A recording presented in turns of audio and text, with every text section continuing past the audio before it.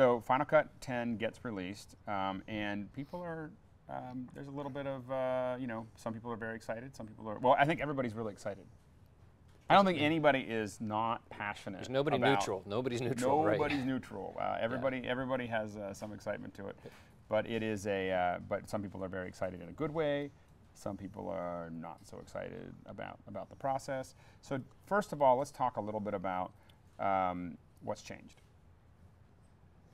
from your perspective. Well, the most ostensible, I learned that word today, changes have been the interface. It's a single window interface, very much like iMovie. Right. Right. Simplified. And the other thing is it's sitting on a 64-bit foundation, so the way things are processed on the hood, much more efficient. Right. Like for example, I don't know if you've ever played a video with a waveform monitor, and you're trying to color correct. The scopes are unbelievably responsive. So the scopes are gorgeous. They're awesome. So the scopes in the last one were an embarrassment. You know, because they'd only render every other line, or I mean, they wouldn't even do the full raster. Well, it was just nasty and ugly and everything else. And you open them up, and it's like a work of art. I mean, those are some of the nicest scopes I've ever seen. I don't know. In fact, I want to turn it into a screensaver. Just the scopes. Yeah, just the scopes. Yeah, So anyway, so the scopes have been improved. The speed has been improved. Yep. It's much more responsive. I mean, now okay, so I'm going to say this is what Apple doesn't want us to say. It looks a lot like another application that Apple built. You mean iMovie? Yeah, just a little. Some. Yeah, I have a button. I won't say where I got it, but it's a really cool button. It says WWIMD. What would iMovie do? Well, so the thing is that it's obviously they share DNA, you know, between the two. And one of the things that we saw with iMovie is that iMovie is very very responsive, very fast. It is, you know, and when it first started, people were upset that some of the features weren't there. Then we saw a lot of the features come back. What we see now is, I mean, this is obviously, while it shares the DNA, it's not the same beast. I mean, Final Cut has a lot. It's darker. It is darker. Yes. It's darker, but we see a lot of other things. What else have they added? I mean, what else have they improved? Well, to me, one of the biggest things improvement is the way Final Cut Pro handles metadata and how it analyzes the clips on the way in, right, and it intelligently sorts them. I think Final Cut Pro X is going to take a lot of work away from me having to do a lot of that cataloging and sorting. I mean, if you think about what a computer is good for, it's really best at chugging through a lot of huge chunks of data and then making sense of it. Right. Otherwise, I got to do it, or I got to pay someone else to do it. Right. And I think that's a really powerful thing. Well, and it also does stuff when you're bringing in. I mean, we have spent hours sitting there, you know, bringing in, you know, a lot of different clips. You want to try to sync them all up. You're trying to figure out how they all work. And now that's all being done fairly automatically. Fairly. I mean, as well as can be expected. Well, right. I mean, what you're used to as a Final Cut Pro legacy users, you just want to start dragging stuff into like folders or what we call bins. Right. But you just can't drag stuff anymore. You've got to tag everything now. Right. Everything has to be tagged so that it gets properly grouped into what's now called smart collections. So, okay. So a smart collection is the new metaphor for organizing in Final Cut Pro 10. Okay. And you know, I think it's, you know, a welcome change. Think about it. I mean, look at the Mac. You have smart folders. Right. iTunes, you have smart playlists. You have smart mailbox. Look, that's the way great amounts of information is catalog organized. So why shouldn't that be in an editing app? I think it's long overdue. Right. So that's a good thing. It definitely takes getting used to. I mean, the thing that I found, because I was apprehensive, because like, I know Final Cut well, Final Cut 7, I can cut fast on it. I know the keyboard shortcuts really well, and I was very apprehensive because it's like, this is another beast. Well, it's almost like going to a whole other application. To me, just my comparison point is because I teach a lot of motion to After Effects users, and to me, it was like teaching motion to After Effects users, and you kind of have to throw away everything you know, right, in order to have a good experience. If you never knew After Effects, motion is very easy to learn. If you know After Effects, it's very hard. Right. So with the same token here, you've got people coming to, you know, Final Cut Pro 10, so it should be something like 7, and it's something way different. Well, and it really is. 10 I guess is a conversion, but it's really just it's a 1.0 of something. Yes, a whole it's different beast. definitely 1.0. Yeah. Yeah, and it's not. And so here's the and people are, there's a lot of these accelerations, a lot of these pieces. People are stressed out, from large facilities. Well, yeah. Well, think about it from their perspective. They have an infrastructure. They have a workflow, and this isn't like an upgrade. This is a complete paradigm shift. Right. From not only the way Final Cut Pro thinks and handles media, from the way you work with it to a complete lexicon change. Right. So, people are like, well, what am I supposed to do with this? I can't get audio out. I can't work with a colorist because I can't get out EDLs or XML. No, you can't get audio out. Well, let me be clear. In a it turns out that Final Cut 10 only edits silent movies. It shows you the waveforms, but it doesn't actually render them. But it makes really good stills that come up and go, and next he ran. And a little organ where the monkey comes up and plays along. What was I saying? You were talking about it doesn't have audio out. Well, let's talk about it. The audio tools have been significantly improved. Right. They rolled a lot of Soundtrack Pro features into Final Cut Pro 10, and good features like the analysis and the enhancement. All of the Logic, a lot of Logic plugins are there. Right. And and I think most of all these Logic plugins really powerful. Really good, like Space Designer. Yeah. Yeah. I've never used it, but I just thought I'd throw that out there. Yeah, well, anyway, so you talk to audio guys, and they're like, Space Designer. But it's good stuff. I mean, its biggest Achilles heel is that if you want to hand it off to a sound editor, someone that's going to actually take your soundtrack to the next level, because I know a lot of filmmakers don't do their own sound. They hand it off to a Pro Tools editor or whatnot. And your primary conduit to getting it to those editors is through OMF. Open Media Framework, which has been around forever. It's been in Final Cut. Originally started with Avid, but essentially what it is, OMF is a file format that actually takes your track data and all the media and essentially gives it to a sound editor in all of the constituent pieces that you're used to working with it in the Final Cut Pro timeline. So right now there's no way to hand it off other than when rendering out a full movie. Or you can actually use a third-party product, which I haven't looked at. I don't know if you had time to, but we got it sent to us. We're hoping to talk about it a little bit. Automatic Duck. Yeah, Automatic Duck is now. I think it's good. I know it's a little pricey. It's like $4.99. So it costs more. The plugin costs more than the app. But I think that the problem, what they're really looking at, is the people who are going to use it. Sure. Because we write plugins, we have the same problem where you go, how many people are actually going to buy it, and can I actually get my, even though it doesn't make any sense connected to that. Sure. Okay, so here we have. And this is, by the way, if you put questions into the IRC or into the Twitter, so on and so forth, Carolyn is putting some of them up here. Does it actually create ProRes on import when you check the option, or does it simply create the data to do so?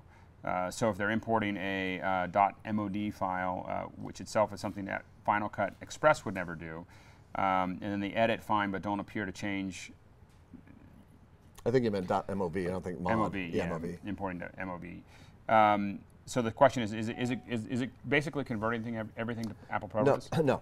Okay, you have a choice when you're ingesting. Excuse me, it's the wrong word. Remember, lexicon change. It's all now. Everything's importing now. You import from a camera. You import from your drive. There's no the terms of capturing and ingest gone.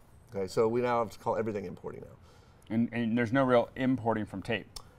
Yes, there is. Oh, there is. Yeah, you can actually capture off of a FireWire-based device, and you're importing. You're turning it into a file. So even though you're coming from off a tape as ones and zeros. Now, can you capture if you have like an AJA card and you have? That is. There's talk about that. That's probably something's going to happen. I haven't seen anything yet. Okay. And the tape-based capture is there. It's limited, right? It's capture now. It's like. Yeah. Turn it on. Turn it on, and so it captures. All the stuff that we saw in the past, where you hit it and it controls the deck and runs it and all that stuff. All that's out the door. Well, there was talk about a third-party writing. I mean, if you think about a company like AJA who writes, the code or makes hardware to talk with decks and whatnot, it makes sense for them to create something like that. And let them do that. Let them do it. Yeah, think about it. If I need to talk to a professional. So as far as Final Cut's concerned, go do that somewhere else. Yeah. We're not managing that for you anymore. Exactly. Yeah. Okay. But I want to get back to the answer to that question, though. I think because with regard to does it always convert it? Well, there's something you need to understand when you import.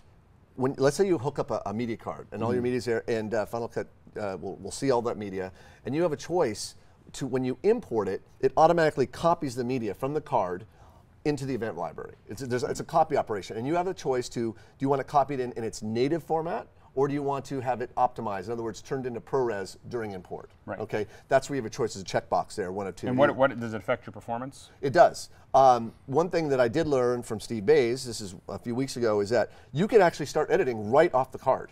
Right. Okay, so you just bring it in and start editing on, and if you have optimization checked, as you're working and those ProRes files start coming online, then your playback and your performance increases. And those clips are automatically in your timeline being redirected. So if you've got H.264 media that you've chosen to convert to ProRes on import, that is, so that to answer the question, it is happening in the background. It's not happening later. It's not being tagged to happen. It's happening as you go as a background task. And you, like you say, you can start editing. So while you're sitting there looking at your edit going, what am I going to do next? Or how am I going to do this? It's chugging. It's chugging, and as each one is completed, then all of a sudden you're not looking at the H.264 version. It's automatically saying the ProRes version is done. I'm going to point to that now. Yep. Right. It actually creates a new folder called Optimized Media. Right. Okay. Very good. And now it doesn't have any connection to Final Cut Server. So if you're using Final Cut Server, There's no hooks into Final Cut Server at all.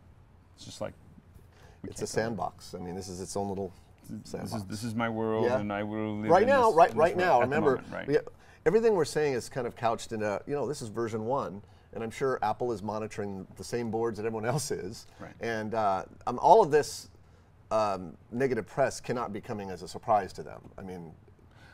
Anytime you do anything, I think, and I think that's the thing. In some ways, you have to give Apple props for is that they're willing to take a risk of we're going to just go down and we're going to create something new. I think that there's a good reason that most things, not all things, rocks don't have a life cycle as much as Did you say trees. rocks? Rocks. Right. But they all stay pretty much the same. But otherwise, almost everything in the world has a life cycle. Things grow, they get big, they get old, they die. Circle of life kind of thing. Yeah, software often doesn't feel like it does. It's like sometimes a lot of the software feels like this is the thing that I think a lot of companies are getting Final into. Cut Pro is almost 12 years old. And a lot of them, did you ever see that Star Trek where they had the guys that were floating around the planet and they had to keep on stretching their skin? Because they were getting old, and so to keep them from they would just pull they get the thing, they stretch their skin back. You remember that one? Yeah.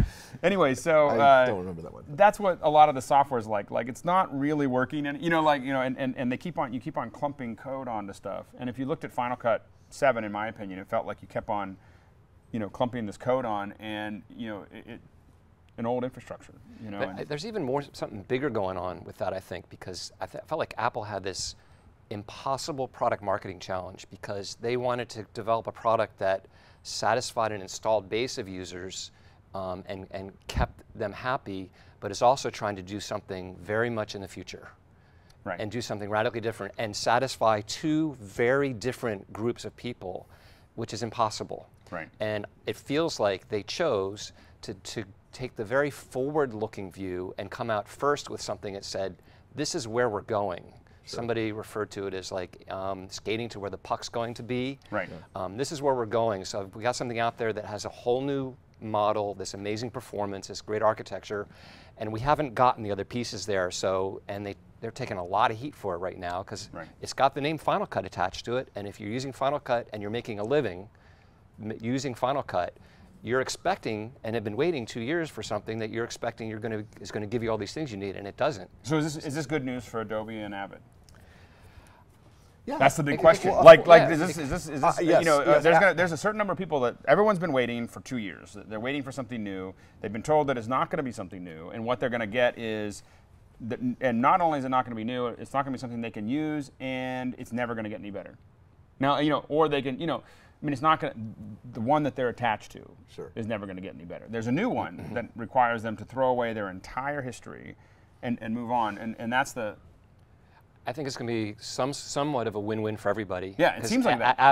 Adobe, I'm not quite as sure about. Avid's going to pick up customers on the high end unless Final Cut moves very quickly. I've already heard from guys, some of my clients saying, yeah, we had a meeting this morning at our very large production house, and we're already looking at possibilities migrating to Avid Right. because it doesn't have the features Right. we need to do our job. Right, and then in Premiere, I mean, the integration with After Effects, the Red integration, a lot of the other things that it's done really, really well, has made it something where it's been growing back up. A lot of us had a hard time in the Mac community getting over the fact that the older Premiere didn't, was completely unstable, and then they started making it better. Then they left the Mac. Right. Then they came back with a whole new, with Right. something that Very was fairly strong. new, very, very strong. But they've had a hard time getting respect. But now you have a lot of people who are using After Effects. They're using Photoshop. They're using all these other pieces.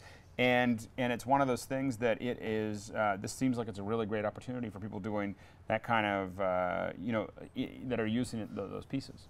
Because a lot of people have been hanging on to Final Cut. Because once we got into Final Cut, you're kind of in it. But this is this point where everyone has to make that choice. Yeah, and I think choices are being made. Yeah. Well, and I think that now, do you think that on the other side of that, though, it seems like Final Cut really opens up an opportunity for a whole new set of editors?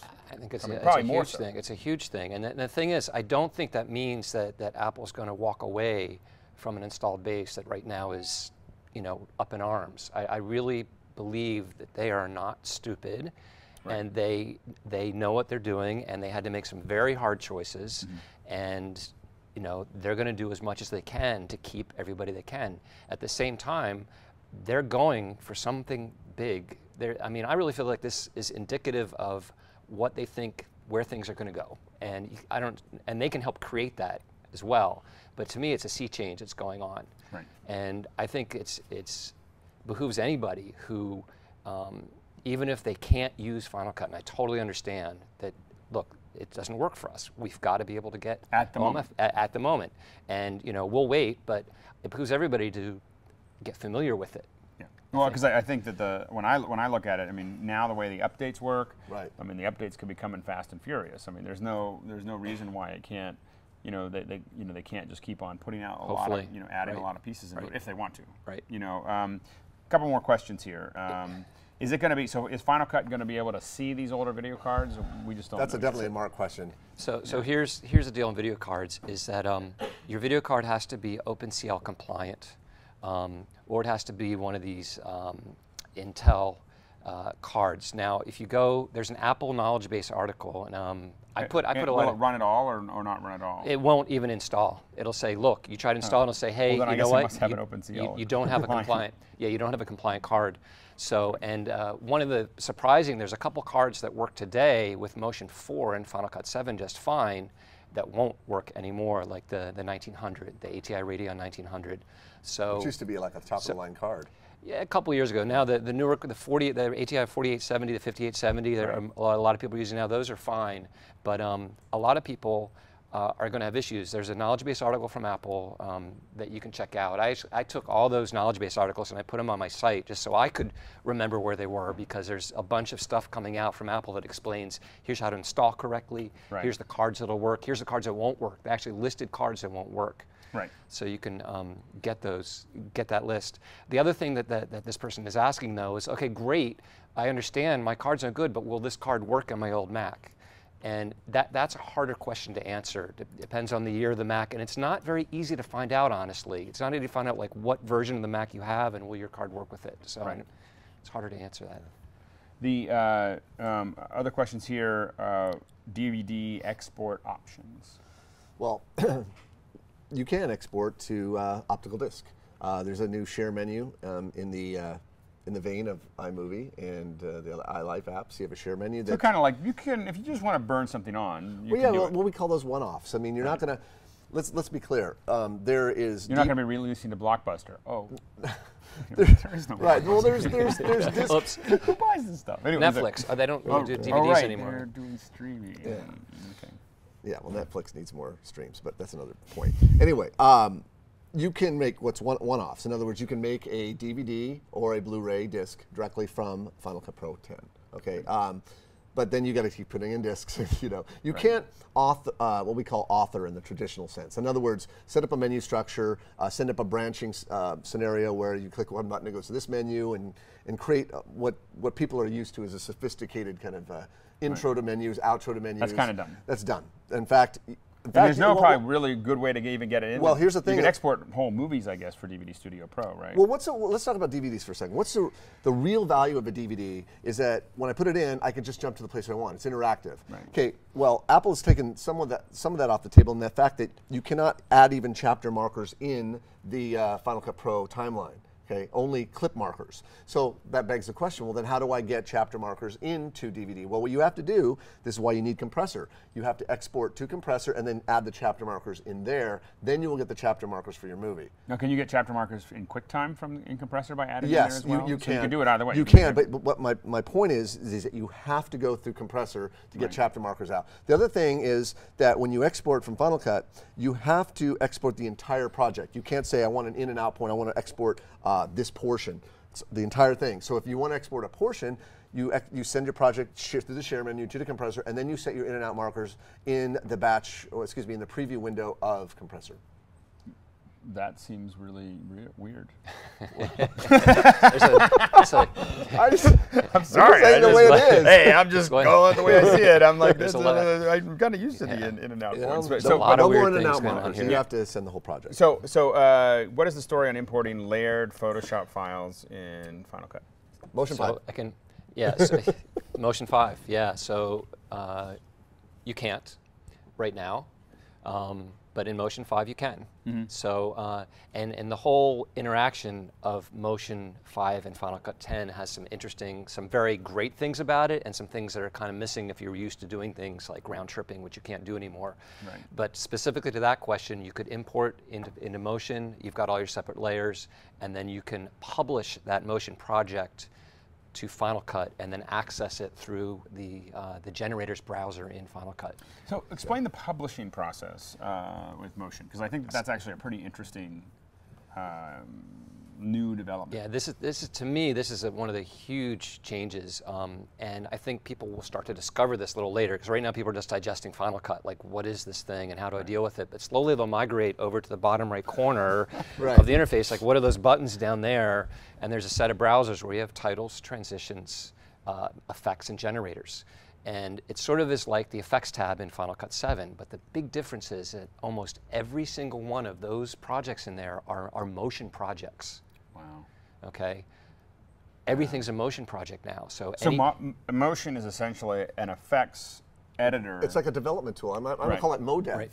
You heard that here, MoDev, Motion Graphics Development. Well, and one of the things that we did almost immediately, as soon as we saw that, I emailed our developer Polly, and so we're testing Conduit, because Conduit on top of that means that you now have a nodal compositor with a nodal effects generator with all these other pieces inside of an effects generator for Final Cut. That's kind of the, but yeah, I'm really excited about this idea of publishing. So basically, you can build. So anything. Yeah, exactly. And there's actually two levels to publishing, because one is that you can take a motion project and publish it to Final Cut Pro as a title, a transition, as an effect, or a generator. In fact, when you launch Motion now, it's not just here's a motion project. You have to choose what kind of motion project you make. Right. A regular old one or these 4 new flavors. If you choose one of those 4 Final Cut transitions, titles, effects, generators, when you save it, it's automatically published immediately and available in Final Cut Pro. Right. So you create a new title, bang, it's there. So all the content that's in there today are motion projects. You can modify them or you can create your own. So that's one aspect of publishing, is that Motion publishes to Final Cut and is available. And when you publish it, you don't have to publish it. You can decide how you're going to. Well, the first level is just the whole thing's there, done. So that's publishing the project. But it gets really powerful, because within that motion project, you can choose to publish specific parameters. Right. Like we used to talk about with motion templates in the past, like there would be a lower third, and the bar below lower third wouldn't be long. Somebody put longer text in, and you couldn't change the bar. And we had this cool workaround that Patrick Sheffield came up with, and we talked about in Macbreak Studio, where you could rig it. Well, I don't even know if we use that word now, but now you can publish, say, the scale of a background to your title directly in Final Cut, and in Final Cut, that control is available. Right. But you don't have to have everything. So, you don't have everything, right? And the big thing is that, it seems like that leaves the you have the a motion graphic artist able to set up a sandbox that is safe for the editor. Yes. So Exactly. the editor, the motion graphic artist can sit there and build all this complex stuff, but only hand off sliders that are really pertinent to the editor, so that the editor doesn't have to think about, oh, I've got 18 dials I have to turn. These are the only 4 that I really need to know about. And plus, what's also nice is they don't have to be the parameter names that started out in motion. You can name them something meaningful. So, if it's like, composite mode that says darken or overlay, which, for newbie, like, what the heck is an overlay? You can name it that's something like, brighten graphic or something meaningful. Yeah, full control to customize all of those things. To me, this is one of the exciting parts that's kind of, people will get into a little later, I think, about what can be designed and put into Final Cut. Well, and it's not just like lower thirds, this is really a whole effects, right? It's everything. So when I say, it's a little, I don't know what to call those things down there, because there's a set of browsers that are effects, titles, transitions, and generators. And I call them, and I've heard Apple call them effects browsers, which is kind of repetitive because there's actually an effect browser as one of them. Yes. And those are essentially like filters. Like when used to as filters, like you've got all those looks and everything that you've got down there, keyers, whatever. But those are all built out of motion projects that may be multiple filters. So you could build a motion project and create, like a lot of these looks, you could create a really interesting look and then have it available for Final Cut. And you could also say, listen, I'd like the Final Cut user to be able to switch between these 3 different kinds of looks. And they could do that. So it's cool. It's a good thing. Yeah. And it really, a lot of, before that was really something you had to do with coding. Yeah, it's more a high level development app, MoDev. Yeah, MoDev. That's what they should have named it. They named it Motion 5. It should have been called MoDev. You heard it here first, MoDev. Yeah. So now the more questions here. I just did that one. How are scratch disks handled? Is it possible to send a clip to Motion if I need to do something? Track something. Do match moving. Or why don't you talk about the scratch disks? Well, disks? it seems like there's 2 separate questions there. The term scratch disk he's asking about is how it's scratch disk. Well, that's a term that we used in legacy versions of Final Cut Pro that referred to where your media is stored. In other words, you import or you ingest of a camera, it gets stored in what's called a scratch disk. That term is now defunct. The only place that you store media now is in what's called the event library. And you can decide where you're going to put that. Yeah, you can decide when you create the library initially. You have to create a library. It says, okay, well, what drive do you want to put it on? And then you choose a drive from a pop-up menu. Preferably a very fast drive. Yeah, you say preferably a very fast drive. I mean, but defaults to the boot drive. But yes, you pick your drive, and then once you click OK, well, name the event, click OK. Then it creates. If it isn't created already, it'll create a Final Cut events folder, and it will put the name of the event inside there. And then you can think of it like a kind of a self-contained bundled event that all media related to that project that you henceforth import or capture off a camera will end up in that folder. And so it's all self-contained. It's all self-contained. Kind of that Aperture, It's very much, yes. It's this whole event modality where Apple considers events, in media it really has a kind of a time date stamp to it. I mean, you think about events don't really make sense, but they make sense in the terms of, well, if I'm cataloging this large volume of media, I have my event of my birthday, I have my event of my bar mitzvah, I have my event of my whatever. I mean, everything's broken down in events. So they're thinking in terms of time, date, stamps. Now the thing is, this seems like it makes it a very personal event too. So the thing is that for large facilities that might want to have more than one person working on the same project, that seems like it'd be very complex. But you can. I mean, there's one thing. There's a lot of sort of fear, uncertainty, doubt about that stuff, right? Because you can move an event. You can take those events and put them on another computer and access them from. And you can media manage them too. You can actually have it move and copy stuff around different drives. Right. So you can media manage it. You can decide this is where I want it, because this is one of the questions that we just had come up. How do I keep most of my assets for a project on another drive? Most, but that makes it kind of complicated. Well, look. Here's the thing about events. You have to tell Final Cut initially where the event's going to be stored. Right. Okay, and that's where the media is going to be, and it's going to be in that folder until you decide to media manage it and say, okay, now I don't want it in that events folder. I want it over in this drive, in which case you select it. And it's all going over there. And then it's an all or nothing, or can you say, I want some on this drive and some on this drive? No, you'll have your choice. You have to right click in the project library and you could say, okay, this is what I'd like to do with it. And a window will come up and you can duplicate it with media or without, or you can transfer the whole thing, move the whole thing. There's different options. One thing that you should be aware of with regard to media management is that there's no trimming. So it's moving the entire media file. Right. in the whole folder with the media. But you also have the option, if you want to, you don't actually have to copy everything into an event, right? When you choose to create and when you're importing media, that's correct. you have the option. So you could have your media set up where you want it before you import it and just say don't copy, just leave it all where it is and have it in separate places. So Good point. I think there's a way around that. Right, but yes. In fact, when you do it that way, let's say you have a drive for media. I don't want all that media copied into event library is what he's saying. I want it to stay where it is. Right. But the fact of the matter is, it still has to be referenced from the event library. So it's still got to point to the external media, but it's still, the initial pointers still have to be in the event library. Got it. Okay. Now, is there any way to get the new compressor to assist other encoding jobs on the network without leaving compressor app open all the time? Well, first of all, I don't know, it's 64-bit. Compressor's still in 32-bit. Yeah. Okay, so. Okay, we're going to move on. So, and nothing's really happened. I mean, compressor is pretty much what it was. There's a new interface with the view, like the batch view is new. Yeah, they call it the sharing. Yeah, share. Yeah, I'm drawing a blank, but yeah, they renamed the whole monitor. That's a share monitor, I think it is. Share monitor, yeah. right? But it's not. So. But nothing really. Well, the only thing is that it's $50, and if you want to set up quick clusters and you want to do distributed encoding, each seat is going to be $50 and not $1,000. Right. So that's a good point. There's something valuable there. Yeah, good point. But otherwise, there's not much change. Well, and I think the other thing we were just talking about motion. I mean, Final Cut I think is a great value at $300. Motion at $50. Oh my God! Itself. No, by itself. Like if go ahead.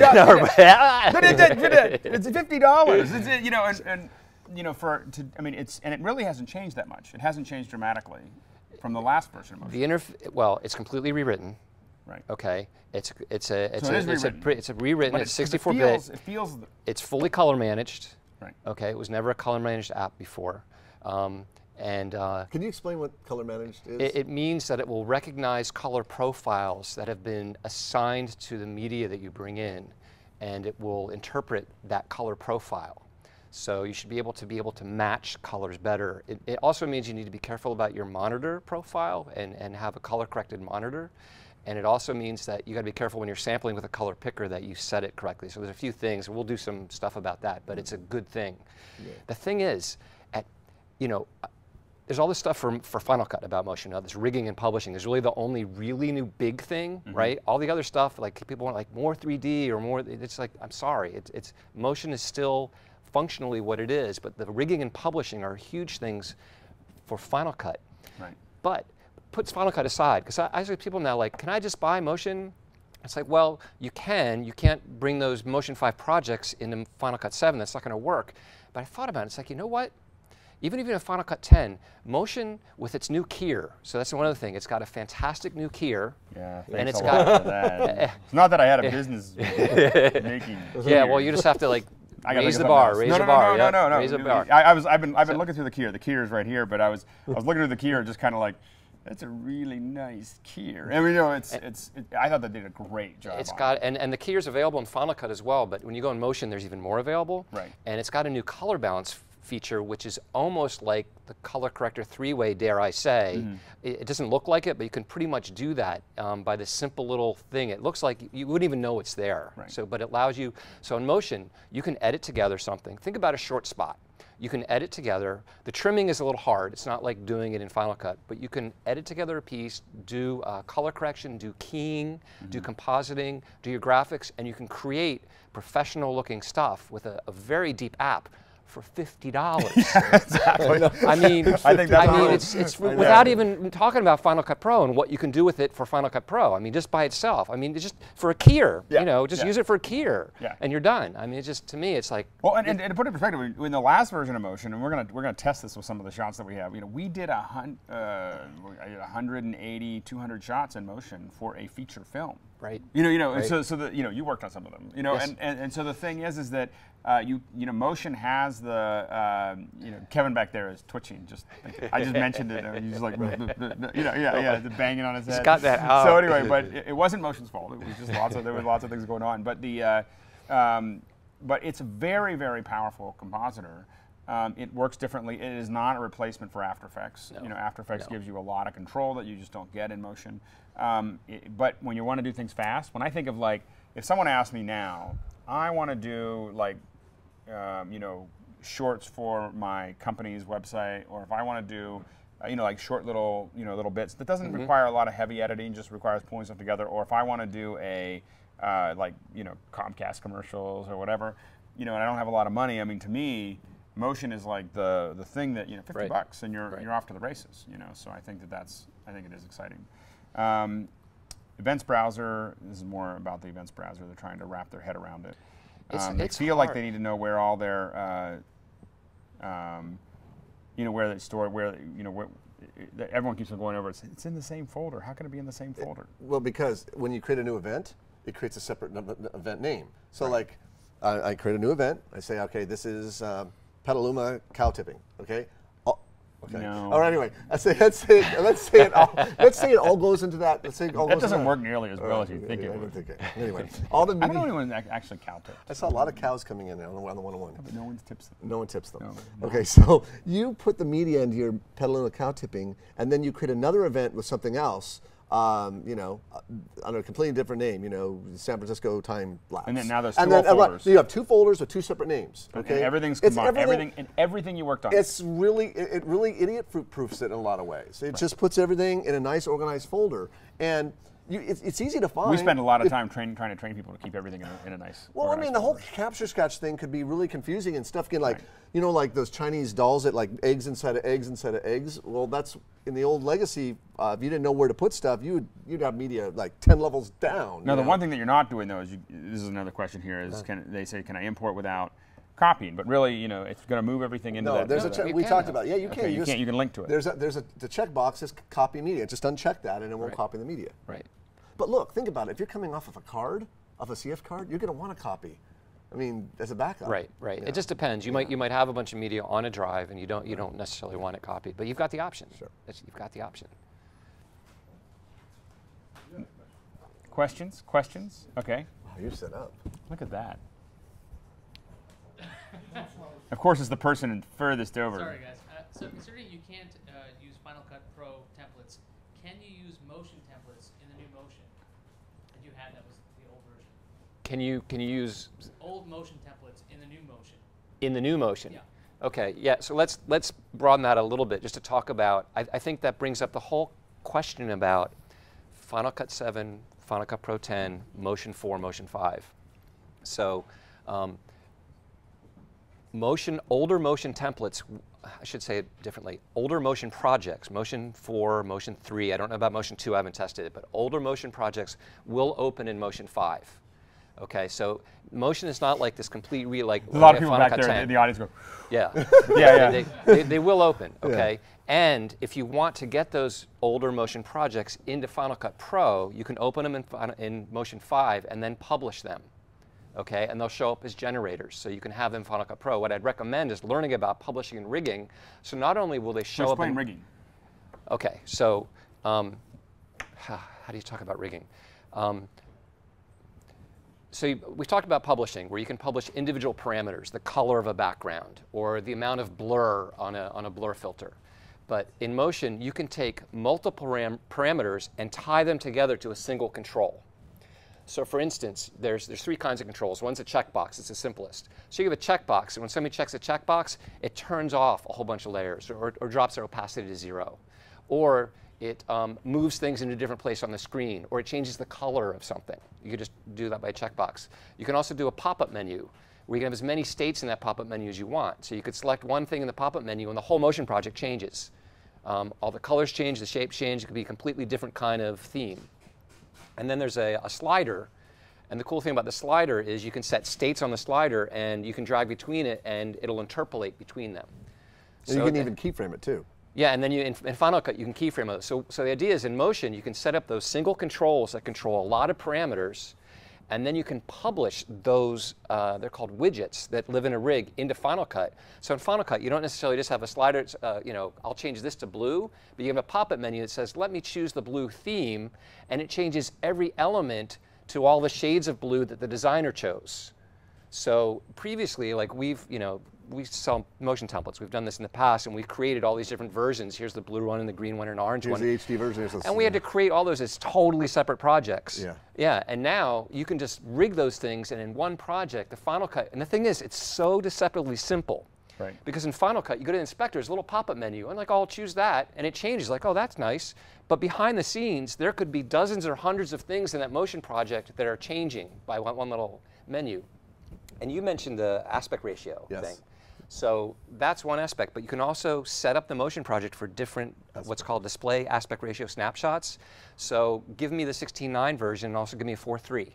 So the designer can set that all up, and then the editor just sits there and it picks the right one. Yeah, well, I want to use, because that's been one of the biggest issues about motion templates is, I want to use this in my 4:3 project, or I want to use a 4:3 and 16:9. Now the designer can set those things up in motion, and you just check. Actually, you don't need to do anything. The motion project will tell by the sequence you drop it in and adjust to that display aspect ratio. It's not a sequence. That's nifty. Oh, sorry. No, help me with the lexicon. I got to remember project in that project. Yes. What are the primary things that need to be unlearned as you move into Final Cut X or Final Cut 10? Well, I think the thing that will be probably one of the biggest hurdles will be the construct of this metaphor of storyline. You have a storyline, which are your base level clips where you're cutting your main story together, and then you have connected clips. These are things that you would typically, in legacy versions of Final Cut Pro, you would put on the V2 track or the V3 track as cutaways. That's going to take a little bit of getting used to, because you have connected clips, and they're little gotchas that you have to kind of be aware of. Like, if you have a clip connected to another clip in the storyline, if you delete the clip directly below it, the connected clip goes away too. Right. So it's like, well, how do I maintain my connected clips but want to get rid of, maintain the integrity of the spine? I like the analogy of a spine for the primary storyline, because that's what it is. You look at all the little pieces and they're like little vertebrae along the spine. Right. You can't just remove a vertebrae without it fusing together. Something has to be there, okay? Has to be there. And so, for example, if you want to remove a clip, it's going to close the gap.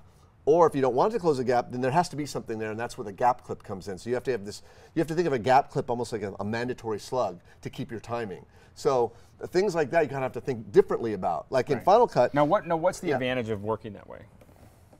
What's the advantage of working in the primary? Like why is that metaphor, why was it created? What does that added pain in the butt? Well, it seems like an extra set. what does that metaphor buy us? Well, it's all tied into Apple's magnetic timeline. The idea is the way the excuse me, I almost said it again. The project is set up is that when you have all these connected clips and you start trimming and making adjustments, you don't run into what we call clip collisions. You don't run into things losing their alignments. Everything moves. All the connected clips move, and the idea is. They set up the foundation of it so that you wouldn't run into, roadblocks essentially, where you're running into like not being able to move something, or you're getting things out of sync. Particularly for the newbie, it's like I just want to move this, and in Final Cut 7, it's like I can't move it, and I don't know why. Right. So eliminating clip collisions. Right? Exactly. Just getting rid of that. It makes it a lot more fluid. You just throw something. You just put something as a connected clip. Let's say you're doing like a music video though, and you've got all this stuff. How do you keep the clips that are that need to be timed over here? Or are they just attached to that longer? They're connected. Audio? They have a little snorkel. That's what they're called. But they look like little snorkels that attach. They are, and once you connect something, you have that little attachment. It stays on that frame. It's locked to it, and that's the beauty of it. But say I have this clip here and I got this connected. If I delete this, guess what? This goes away too. Bye. That's what I'm saying. You have to think differently in the sense that, okay, well, if I want to keep this connected clip, then I have to do something with it. I either have to replace this clip with a gap clip, or replace it with an actual other clip from the media browser. Right. So I maintain my clip connections. Got it. Okay. So that's something that's going to be different.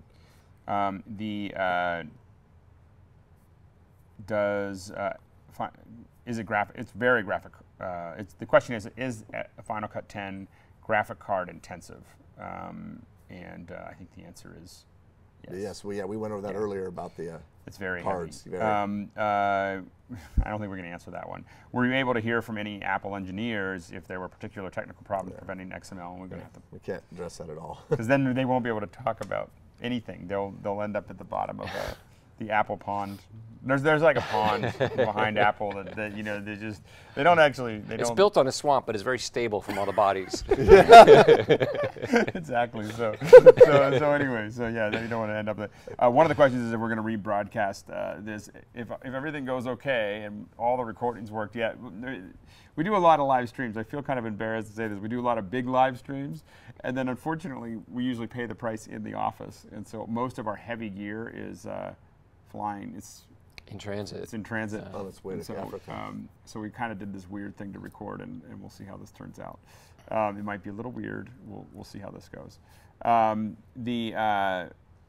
What's their experience between syncing tracks? People are finding the person here says they found they still need to make manual adjustments to kind of do the final sync. The question is related to actually syncing I think it's you bring dual in, system. I yeah. mean, in other words, you're shooting on a DSLR and you've got your reference track, and then you have audio that's shot that's recorded on a separate device, right? There's what this questioner is asking is. You have this feature in Final Cut 10 called Sync, where you can, it's very much like the pluralize, where it analyzes the waveform and then creates a synchronized relationship. And there are occasions when I've discovered that it does throw some things out of sync a little bit, or it does it. One thing I've learned is that if you're trying to sync like a stereo clip, if you have a stereo track and you're syncing it with a mono, sometimes that can confuse it. Or if there's, what I've discovered, if there's an empty track, it doesn't like that. It doesn't like that. It doesn't know. And you can get rid of those sometimes. You can. Well, you can. You do that on the inspector. You select the audio, go to the audio inspector, and you'll actually see what's called channel configuration. You can say, make this mono, or uncheck this. I don't want it. Don't look at this track. Look at this one, and that's how you kind of prevent. Sometimes it's a little wiggy. One thing that's interesting about audio is that you can adjust the sample. Or you can actually move and adjust the samples down to instead of being per frame. Yeah, per frame. Which has been a real unhappy thing in Final Cut 7. So the one question here: can they easily move workflow quickly to a proxy media together with the project to a laptop for editing on the road, and then just put it back to the main machine to finish it up? Is that something that you can just drag the project folder and the event folder to another drive? When Final Cut opens, tell me if I'm wrong about this, Final Cut opens, it looks for all connected drives, it looks for the project folder, events folder, and it'll show anything it can find, which is great and it's dangerous. If you're working in a professional environment and you're working on a kid's video also, that's all going to open. Everything opens. Yeah, all in the project library. It's everything opens. Yeah. Or if you're working on not a kid's video, it's very embarrassing. I wasn't going to go there. But everything is there. If your drive is connected, and you're the project there, when you go to the project library, everything's there. Right. And you can put it in folders, right? So that's and the other thing too is you can work with proxy media, to be sure. Okay, but the question is, how do I? There's no reconnect feature in Final Cut 10. There's no redirect this to this media. There is that functionality. What you have to do is remember, Final Cut 10 is all event based. You have to redirect it to another event. So you have to do that in the inspector. So I'm going to create a new event. You don't create a new event. You have your original event with your high-res media, and then you have another event that's, let's say, proxy media. And so what you have to do is essentially say, I want this project now associated with this event. Yeah. It's no more individual linking, connecting and when you do that, because the clips were all belong together. Yes. So now what happens if you added clips to the proxy one? They'll be offline, most likely. Right. Don't you think it'll see any clip? I mean, if you just drop a clip, if you just open up the event folder, on your hard drive and drop clips in there, they'll appear in the event library, right? Yes, they will. Yes, they will. Yeah. But yeah, I see the essence of your question is I'm working on my laptop in Proxy, and I've been importing more stuff in Proxy, and I haven't done anything on my desktop to actually make that in parity with regard to the high-res media. Right. So in that sense, what you're going to have to do is make sure that media is on that Mac. You're going to have to make sure that the high-res media is there before you switch events, or you're going to have offline clips. Right. And I think he was also asking about moving the other way. I'm at home. I'm working on my project in Final Cut Pro 10. Now I want it on a Mac Pro. Now I want to put it on my laptop and go on the road. And you can take those project folder, event folders. You can also, what's kind of cool is you can create a disk image. And you can treat it as a drive, make it the size you want, and target that disk image just for the projects and events that you want to be in there and not all the other ones. You can unmount that, move that disk image somewhere else and mount it again, and anybody else will see that. Right. So you can give it to anybody. Are you talking about the camera archive? No, I just mean when you create your events in your project media, you can have a disk image to point them to. Right, right. It's just like a FireWire Sure, drive, right. but because it's a disk image, you can just unmount it and mount it and move it you know, in any environment. Now, some people are asking to see some of the interface. We're here in. So people can see this here? Yeah, people can see this now. Okay. So They don't like just looking at our fingers and Steve doing this and yeah, all. they're Like, like, here we go. There's a snorkel. Go back and forth. Snorkels and So Okay. and so you know we have a very different look here. Now this is what you're talking about as far as the video effects. yeah, it's, Okay, and that's the different effects browsers. browser. Who wants to drive? Right. You can drive and talk about it. Okay, so what you have here, this whole section here is called the browser, media browser, and you can access them here. So these are like Mark was saying, these are all your video effects, okay?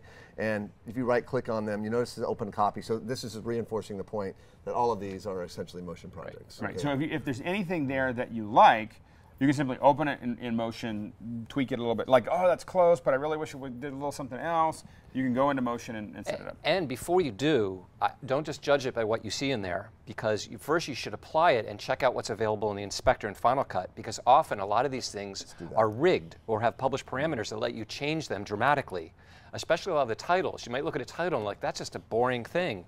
But you drop the title on and find out that you can change a ton of things about it right in Final Cut without even needing to go to Motion. Yeah, so adding an effect, of course, you select it, and you just go over here and just let's pick desert, whatever, just double click, and then see it applies the effect. Properties, there's going to be properties here. So this, right, what Mark was saying earlier is this is a parameter that was published. Right. So remember he's talking about the 3 types of rigs, sliders, checkboxes, and pop-ups? Well, this is a slider, and he was saying that you could rig this for different this interpolation So that between can be one doing value and the all other. kinds of all controls. kinds of stuff, and then again, this is something you would rig, and what he was saying is everything behind the slider could be any number of complex interactions within Motion that get published. Right. So back to this, and then you have a browser you have now hooks into iMovie and Aperture, which you didn't have before, Right. which is nice. So, although you can't see videos in those libraries. That's true. That's there's a knowledge base all just came out, but you can access Yeah, all you the just photos. connected to my Aperture library, which is really Oh, big. Over no. network? Oh, it's okay. And then you have hooks into iTunes, so you get all your playlists, GarageBand projects, and So you can put all that copyrighted music into your project. Not that you would ever do that. transitions. And what's also nice about transitions is you get a quick thumbnail preview. You can just drag over these. Yeah, all these is so cool that you could just mouse over them to see what they do. Yeah. And with the effects, you don't even just see this sort of placeholder mountains and trees. You actually see the impact on the clip that your playhead is over. Right. Without committing to it. You just It's really mouse fast. over them. Oh yeah, this is I think huge for workflow. I mean, look, granted, there's a lot of negative vibes out there for sure, but this shouldn't be one of them. This is actually an awesome feature, and the way you work with effects, apply them and adjust them, is now infinitely faster than the way you did it in Final Cut Pro 7. Right. You have, of course, here these are titles, and these are title browser, and you have different categories here. And again, you just skim over them to see what preview are. And interesting, when you do apply a title, Mark says in his video that with effects and transitions, you're applying them to a clip, but when you're working with a title, you're applying it above a clip, and it just applies it to. It makes a connection to wherever the playhead was, and so you simply select it, and now all the properties or parameters for that adjustment appear here. And you'll notice here you have the title. Now again, these are what were published for this effect, okay? And then the individual controls for that are actually here. And it may be a little confusing because sometimes you'll have controls that do affect the text in the actual in the parameter adjustment sliders, and then you'll have separate ones here. Right. So just 1 second on that. So that text tab of the inspector has all the text properties that you're used to adjusting for text. It's font size and its font and its alignment and tracking and all that stuff. The title tab, that first tab, that's where the person who designed the motion project can choose to publish things there. If they don't publish anything, it'll be empty. And with the one you've got there, they've just chose to publish these build in and build out. There's actually special kind of markers in motion that'll let you choose whether that title animates on or off, because you might not want it to animate on or off. So you can turn those on and off. Now, some of these, as a convenience, the designer has also published attributes of the text that you can see in the text tab. So it's the same thing in two places. But what's nice about it is when you put a title in and you go to that first title tab, most of what you need to do is right there. Right. I think that's kind of the idea behind it. But it's good to understand, you know, both of those and go into both of those when you're working on a title. Then you have, of course, your generators, and essentially these may look familiar to iMovie users because they're pretty much the same ones. By the way, I just have to shout out to my good friend Mark here. Mark had to essentially create all of these in motion. So he had to look at the iMovie ones and say, he was given the task of literally recreating these. So this is all Mark's work here. It's amazing. Not alone, other people I know, involved. But still, yeah. All right. Yeah, anyway. So anyways, you got animated ones, you've got some still image ones, and hey, look at that grunge. Where's the grunge? Grunge. Some are animated, some aren't. Well, and a lot of rig, like double click on that one. That's a generator, so it comes in like as a clip. You can see the brown clip there in the timeline. Yeah, see, and if you click on it to select it, then up in the inspector, there's a bunch of options for different textures. So click that texture pop-up, and you know, they're not named in a very exciting way, but look at this. So this would be rigging it to a pop-up. Exactly, exactly. And this one's a fairly simple rig. It's just rigging the opacity of each of those layers and like bang. And then, so you can choose a different texture, and then you can choose to tint it a different color by using the little color swatch there, and then choose the impact of that tint. You know, I do a lot with grunge. All right.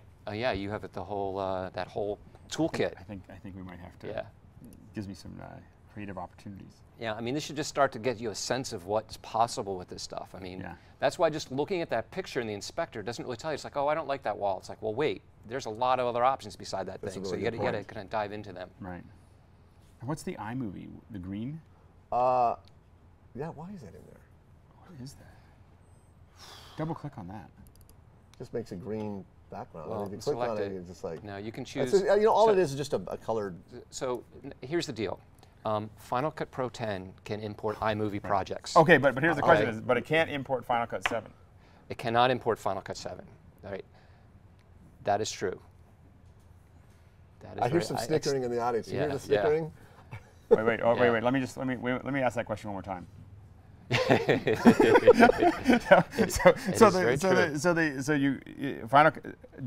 we think that we're ever going to be able to import Final Cut 7, or is that really just part of our past? I have no idea. I know it's a very different model. I got to tell you something. You know, it's funny. Richard Harrington. Maybe we get automatic duck. Here's what we need. We need Wes to write an automatic duck that will export out of Final Cut 7 into. That's the answer. Or another $500. I have to laugh. I have to laugh at my buddy Richard Harrington on the East Coast. He says, "Does it strike you odd that if you go into iMovie, there is a share Final Cut XML in the iMovie app? Did you know that's in there?" To the new one. To the new one. Now, if you go to iMovie 11 right now, there's a menu in there that says Share Final. It says Export to Final Cut Pro XML.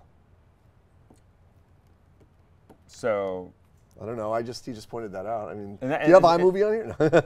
But yeah, it's remember WWI. Never mind. But wasn't that there before? And wasn't that designed to send out to Final Cut 7? It was I thought the Share XML. No. You understand? When you're in Final Cut, you can export an XML file, correct? Right. Then in iMovie, or is it the other way? See, I thought it's the other way. See, I thought you could do a rough cut in iMovie. You do and then send it to Final Cut as an XML. You export it. That's exactly how it works. You do. So that was already there before, but that was going to Final Cut 7. Right. So I guess the question is, when are we going to get it? Why doesn't it go to Final Cut 10? That's the essence of the question. Right. You know. But again, the different foundations. Right. Maybe it could be really hard. Yeah, it could be hard. I'm not an engineer. Compare color 1.5 to the color inside of Final Cut. Let's still throw them real quick.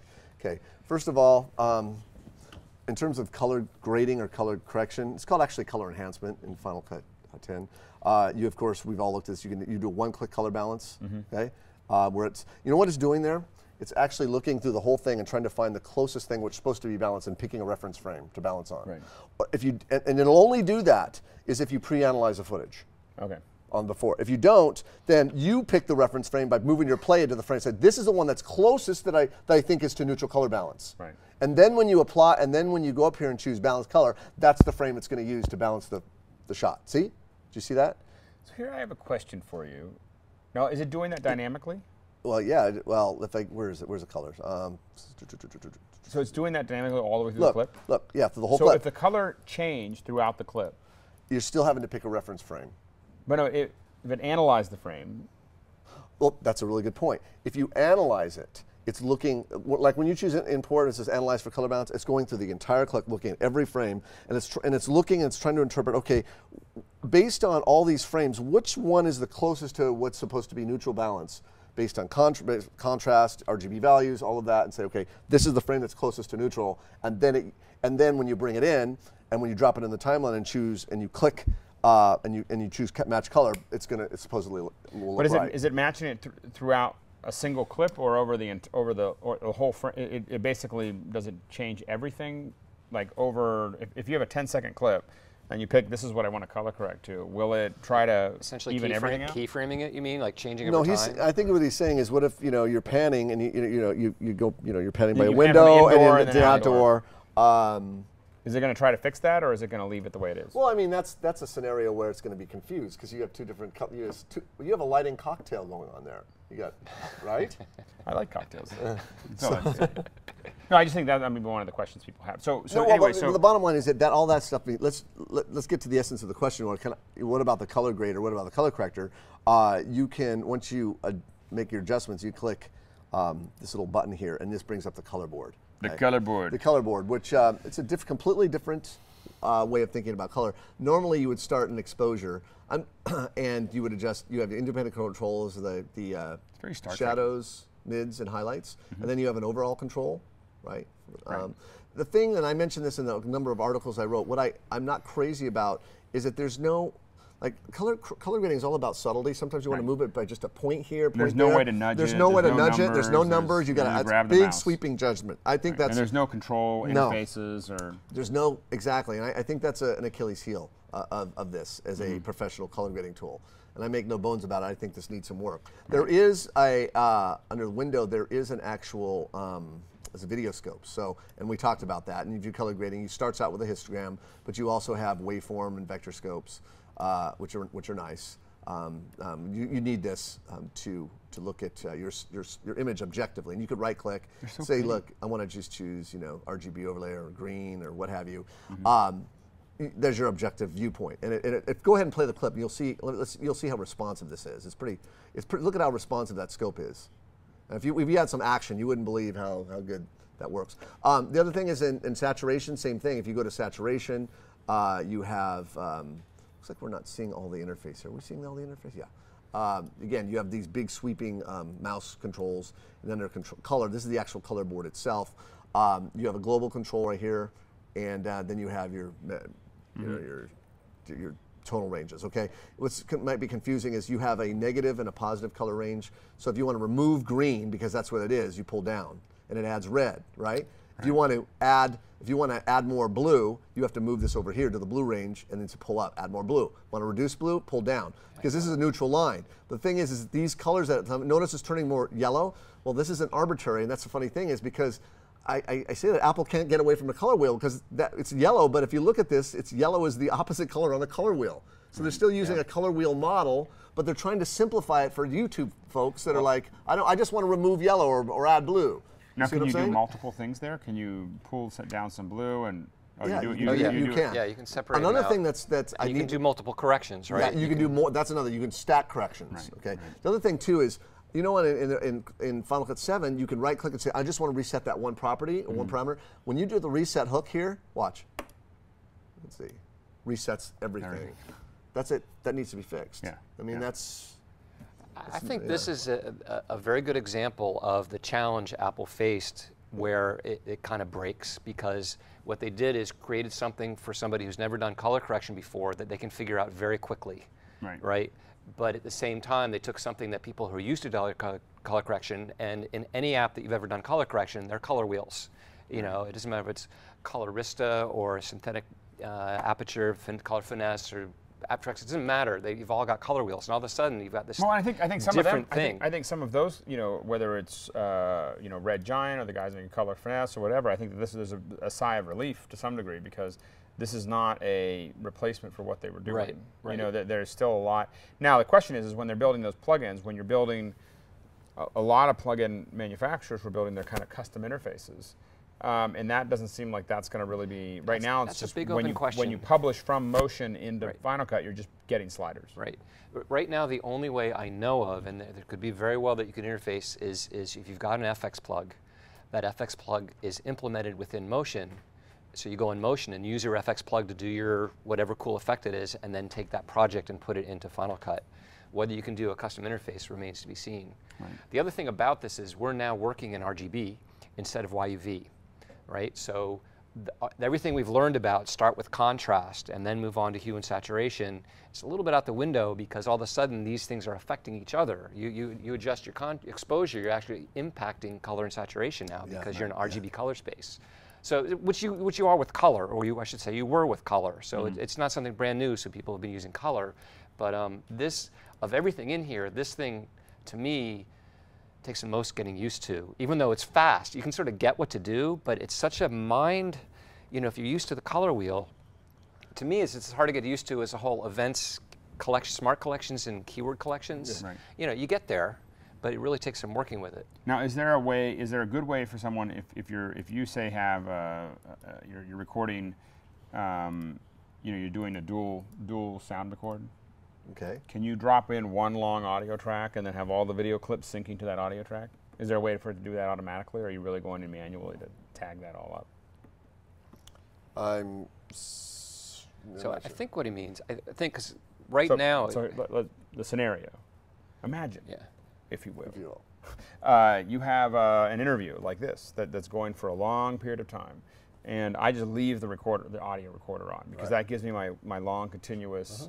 That's like the poor man's time code, right? Sure. So then I have 2 or 3 7Ds that are all kind of recording, and they're stopping and starting every 11 minutes because Canon is stupid, and so then they. Sorry.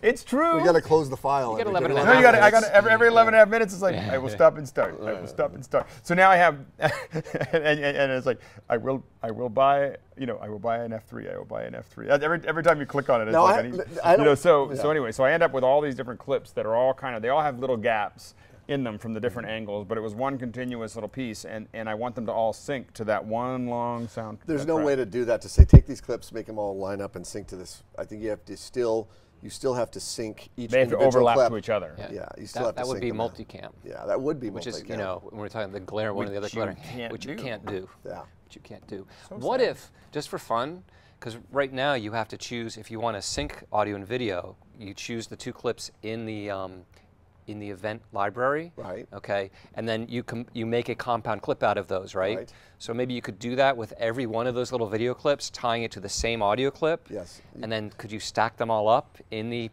project, potentially? Sounds like something we're gonna have to test. Yeah, something that we'll have to something to experiment with. Yeah. Something it's a workaround. Big workaround. Macbreak studio. We'll have to work on it tonight and come back tomorrow. Yeah, exactly. It's going to be a very late night. I have to go home and get some 5Ds. So, all right. So, what are output limitations or other gotchas that you might run into if you just purchased Motion? But you really can from Motion, you're outputting video.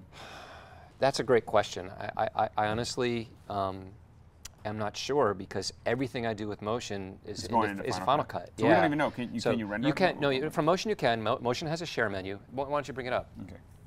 Or I'll try to bring it up. You get the driver's seat. Look at this. Right. Isn't this awesome? I just want to say, Bluetooth. Everything wireless. Yeah, Where's the accountant side of the keyboard? I'm not an accountant. So Motion has a share menu. That's all I have to say. And I guess someone makes like a little clip-on now. If I can. Very cute. There we go. So very similar to Final Cut, right? You can go straight out to Apple devices, so you can do your iPhone, iPad, iPod, DVD, Blu-ray, and then straight to these services. So it's exactly the same as Final Cut. What you can't. I can send my motion sequence to CNN. Yes, you can. Bin Laden sucks. You just send it out there. That's funny. So you can. If you want to do anything more than these Now here kind you of can presets, export a selection to a movie. yes, you can. Yes. See, this is what's fundamentally different, right? Motion is not a completely different beast Right. than Motion 4. Right. So there's a lot of things that you can do still. Right. So, And you can send it to a compressor. Yep. If I you, mean, if you have compressor. it almost seems like if you weren't sure about Final Cut, it seems like it'd be a pretty safe thing to just go out and get Motion and compressor. Well, it's funny. I was looking at the reviews of Motion, and they're consistently 4 and 5 stars. I don't know if you were reading that. It's just, yeah, it doesn't have, well, I think a lot of people aren't as. Here's the thing. it doesn't have these issues. Well, the other it thing doesn't have these well, limitations. But I think the other thing is that a lot of people don't have their whole world wrapped around something not as many Right. people have it wrapped Right. around They're in not. Motion. You know, and they're not, you know, so it can change, and they're like, it's kind of cool because it was. I think there are a handful of people. We've done some really. I think we feel like we pushed Motion about as far as we've seen anybody Yep. push it. Yep. Absolutely. So so we have this kind of you know, it's a big part of our pipeline.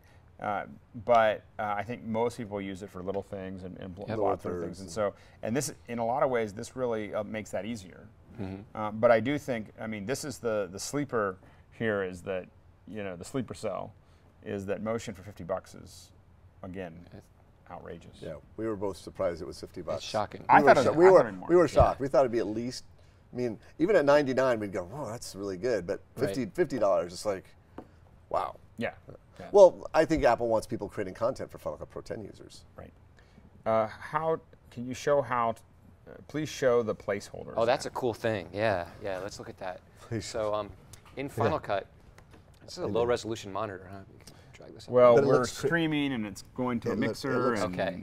there's So if you go into generators carrots, it's just the base of a soup. under here, there's something called placeholder. So the idea is this.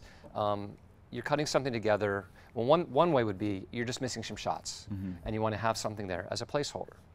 The other idea would be as you're sketching out an idea for a show, for a scene, and automatic for you can advertising. use this as a storyboarding Yeah. thing. And the cool thing about this is, like, well, what is this thing? You double click on that guy. It's a generator, so it comes in like, I don't know if I'm using terminology, but as like a clip, right yeah. on the spine, and there it is. Now, the thing is, let's get out of this color board here. And else, yeah, you can. And go to the inspector and go to the generator tab. This first tab's often the most Once you hit interesting here. Command 7 to close the scopes. Oh, thank you. Command 7. Yeah. Command 7. Yeah. And one more time, because you're in. Command 7 again. Yeah, there you go. There we go. Thank you. So by default, it For some just reason shows I want us- like elevator music, like when you cut to this, like, yeah, it does. It does. like you can have this like Yep. rockin' like you know, action sequence, and then it gets to a placeholder and it just goes. Doo, doo, doo, doo. This is also a great example of rigging, because if you click this little framing, so you can custom name all these things. There's a pop-up menu. Everything's been custom And named. this is a Motion project. Yes, This it is a motion project. So there's a long shot. So There's you could add other things to the Motion project. anything you want. So you could open this up and add the actual actors or scenes or, Yes. or whatever. So you could say, you know, I want to click in here with this background, with this person. Da, da, da, da. However, so here's where that falls apart a little bit. When you open this little sideline for what we're talking about right now, but when you open one of these guys in Motion, if I right-click on this, say open a copy in Motion, okay, it's a copy because they don't want you to mess with the default one. When you do that, it creates that new copy gets created in the browser, okay? It's not going to have any impact on what's already in your timeline. Oh, no, but if you wanted to create one for, like, you could set one up for the editor. Yes, Like, absolutely. you know, like you could say, Absolutely. you know, we're going to do this thing, and you go and take a whole bunch of stills of the people that are going to be in the movie with them doing little things, and then Right. you have the whole thing. Then they could just kind of throw that stuff together. Right, it totally could. So you can choose your, you know, basically shot, medium, close up. So let's go back to like a long shot, and I think we're not in fit to, are we in fit to window here? Let's do fit. See the whole thing. And then you say, well, actually, we really need a scene with two people, and it needs to be a man and a woman, and we want them to be at the beach, and it's not a sunny day, it's actually a cloudy day. Oh, actually, no, let's have them in the inside. We'll be inside, okay. At the beach. Yeah, This and is then let's insane. add some notes here too to say, you know, so It's kind of fun. through isn't it? just a couple of pop-up awesome. menus, and there are probably, you know, you do the math on how many different options these are. This is probably like 300 different options or something. By, you know, here's 6 different things here, and here's, I don't know, 12 there. I mean, it's just incredible the amount of options that you can build here. Let's put them in a rural setting. Let's take them I back like the outside. barn. There they are on the farm. And if you wanted to, like if you wanted to reposition any of those folks, you could theoretically put sliders in there where they have like a horizontal positioning where you could move them back and forth. yes, exactly. And then if we open the motion project, just to see how that stuff lives, see if this will work here. There's our motion project, and here's all our layers. Again, we're kind of low resolution, so you can't really see the names of these layers. And here's that rig that we were talking about before that controls everything. So if you bring up the HUD here, F7, the HUD actually shows you all of these rig parameters. 2 people, medium shot. It's the rig men. HUD. Yeah, it's just, if you have the rig selected, you can see this is exactly what you're going to get in Final Cut. Right. Right here. And how do you change it? Well, you can go to the inspector here for the rig, and these are all the different parameters that have been rigged to each of these widgets. Okay, so this is like, whoa. So now you start to see there's a lot going on behind the scenes here, because these are all the different things that are being turned on and off when you select these. So if you just want to change the content, you can drop new content on that. You can exchange the media, and that's very easy. If you want to remove parameters, you can right-click on them or use this little animation menu to remove parameters from the widget. You can add parameters. It's very flexible. So good stuff. You like this, good, great question. Really, yeah, I liked the opportunity really to talk about this. It's a very cool feature. Really nifty. How do you drop down lower than 25% in the viewer? Often the handles get cut off. Shift Z in here, in this guy? Yeah, well, you just have to fit. Yeah. Yeah, fit, which is Shift Z, still works Yeah. to do that. So there's 24% right there. Since 10 is just one window, can I still change the size and arrangements of the boxes within it? No. No, it is the way it is. It is the way it is. You can change the Well, sizes, you can change the size, right? but he's saying no. What the essence Can I of his move 'em question? around? I want to be able to move it around. right, Like, rearrange some people like the interface. scopes over Right. here. I want my Right. scopes here, and I don't want them over here. Right. You can move your mouse, and like you're used to here, you can make the timeline bigger or smaller. You can move between any of these, but you can't swap them around, right? There's no like Adobe panel-like thing where. Right. No. Okay. Can you deinterlace from within Final Cut 10? That's a good question. I actually haven't tried. That would normally be an effect that you would just drop on a deinterlace. You type a deinterlace and see if it comes up. Maybe add a couple more glyphs. I'm looking, it's alphabetical, so there's not an effect to deinterlace. Yeah, I don't know. It doesn't look like it. Interesting. Yeah. You stumped us on that what one. is the new what about the new stabilizer versus smooth cam? It's a really good stabilization algorithm. It's the same one we saw. I mean, Yeah, it is. The same one that was in motion, I think. I think it would be the same, and that was in Final Cut 7. Yeah. I would suspect it's the same technology that they took Yeah, out a shake. what you do, again, what happens is on import, if you have it checked, stabilize camera, and what's the other one, relative to CMOS sensors? Oh, the rolling shutter rolling thing? shutter. If you have that checked, it analyzes. Here's something interesting. Bring up the preferences. Why don't you see this? Command, comma, yeah. Bring up, this is interesting. Go to import button. Now, it's interesting if you go to, analyze for stabilization and rolling shutter. Okay, see it up there in the video section, and right then go down, right there, see that? I can't see. Okay, see that? Yeah. Okay, here's interesting. I'd like you to do is put a check mark next to create smart collection after analysis. This people don't know, one more down, that one, yeah. Let me explain this. This is actually pretty cool. What will happen is it analyzes it, actually goes through the clip, and there's an algorithm that's going looking for, shaky cam. Let's just take shaky cam. Okay. And it says, oh, there's a section here that's really shaky. If you have create smart collection after analysis checked, it will then keyword it with the words excessive shake, and it will make a smart collection out of it. So it'll throw all of your shaky cam stuff into essentially one collection so you can quickly go to it and find it. And if there's a reality show, you can just add all of that. And just skip everything else. It's like there's a lot of shaky cam here. Or it's like, don't pay attention to the man. It doesn't actually fix it, right? It doesn't, it doesn't actually fix it there. It doesn't fix, it's interesting. No, that's a really good point, because with regard to video, stabilization, rolling shutter, and balanced color, it analyzes it, but it doesn't do anything until you add the clip to the timeline and then toggle that feature on the inspector. Because you don't, as an editor, you don't want to see all of your stuff color corrected or analyzed. Right? A lot of times you just want it, your regular but in the background, setting it all up so that when you want to do it, it's in real time. That's exactly. It's already been pre-done, pre-analyzed, and so it's ready to go. Right. So that's why. But yeah. Very good. That's awesome. The Other questions here. I have a problem with motion trying to connect to another Mac, no longer on the network. Can't find the connect reference. I don't know. I don't know. We don't know. Sorry. Why would Pro care that you can import iMovie projects? Why would a Pro care? I can answer that. I mean, I'll let you answer. well, there's a lot of people out there that, that have Macs with iMovie, and they Evidently it ships with. Well, you can make the argument that iMovie is the most popular nonlinear editing system ever because it ships with every Mac, just like you said. Right.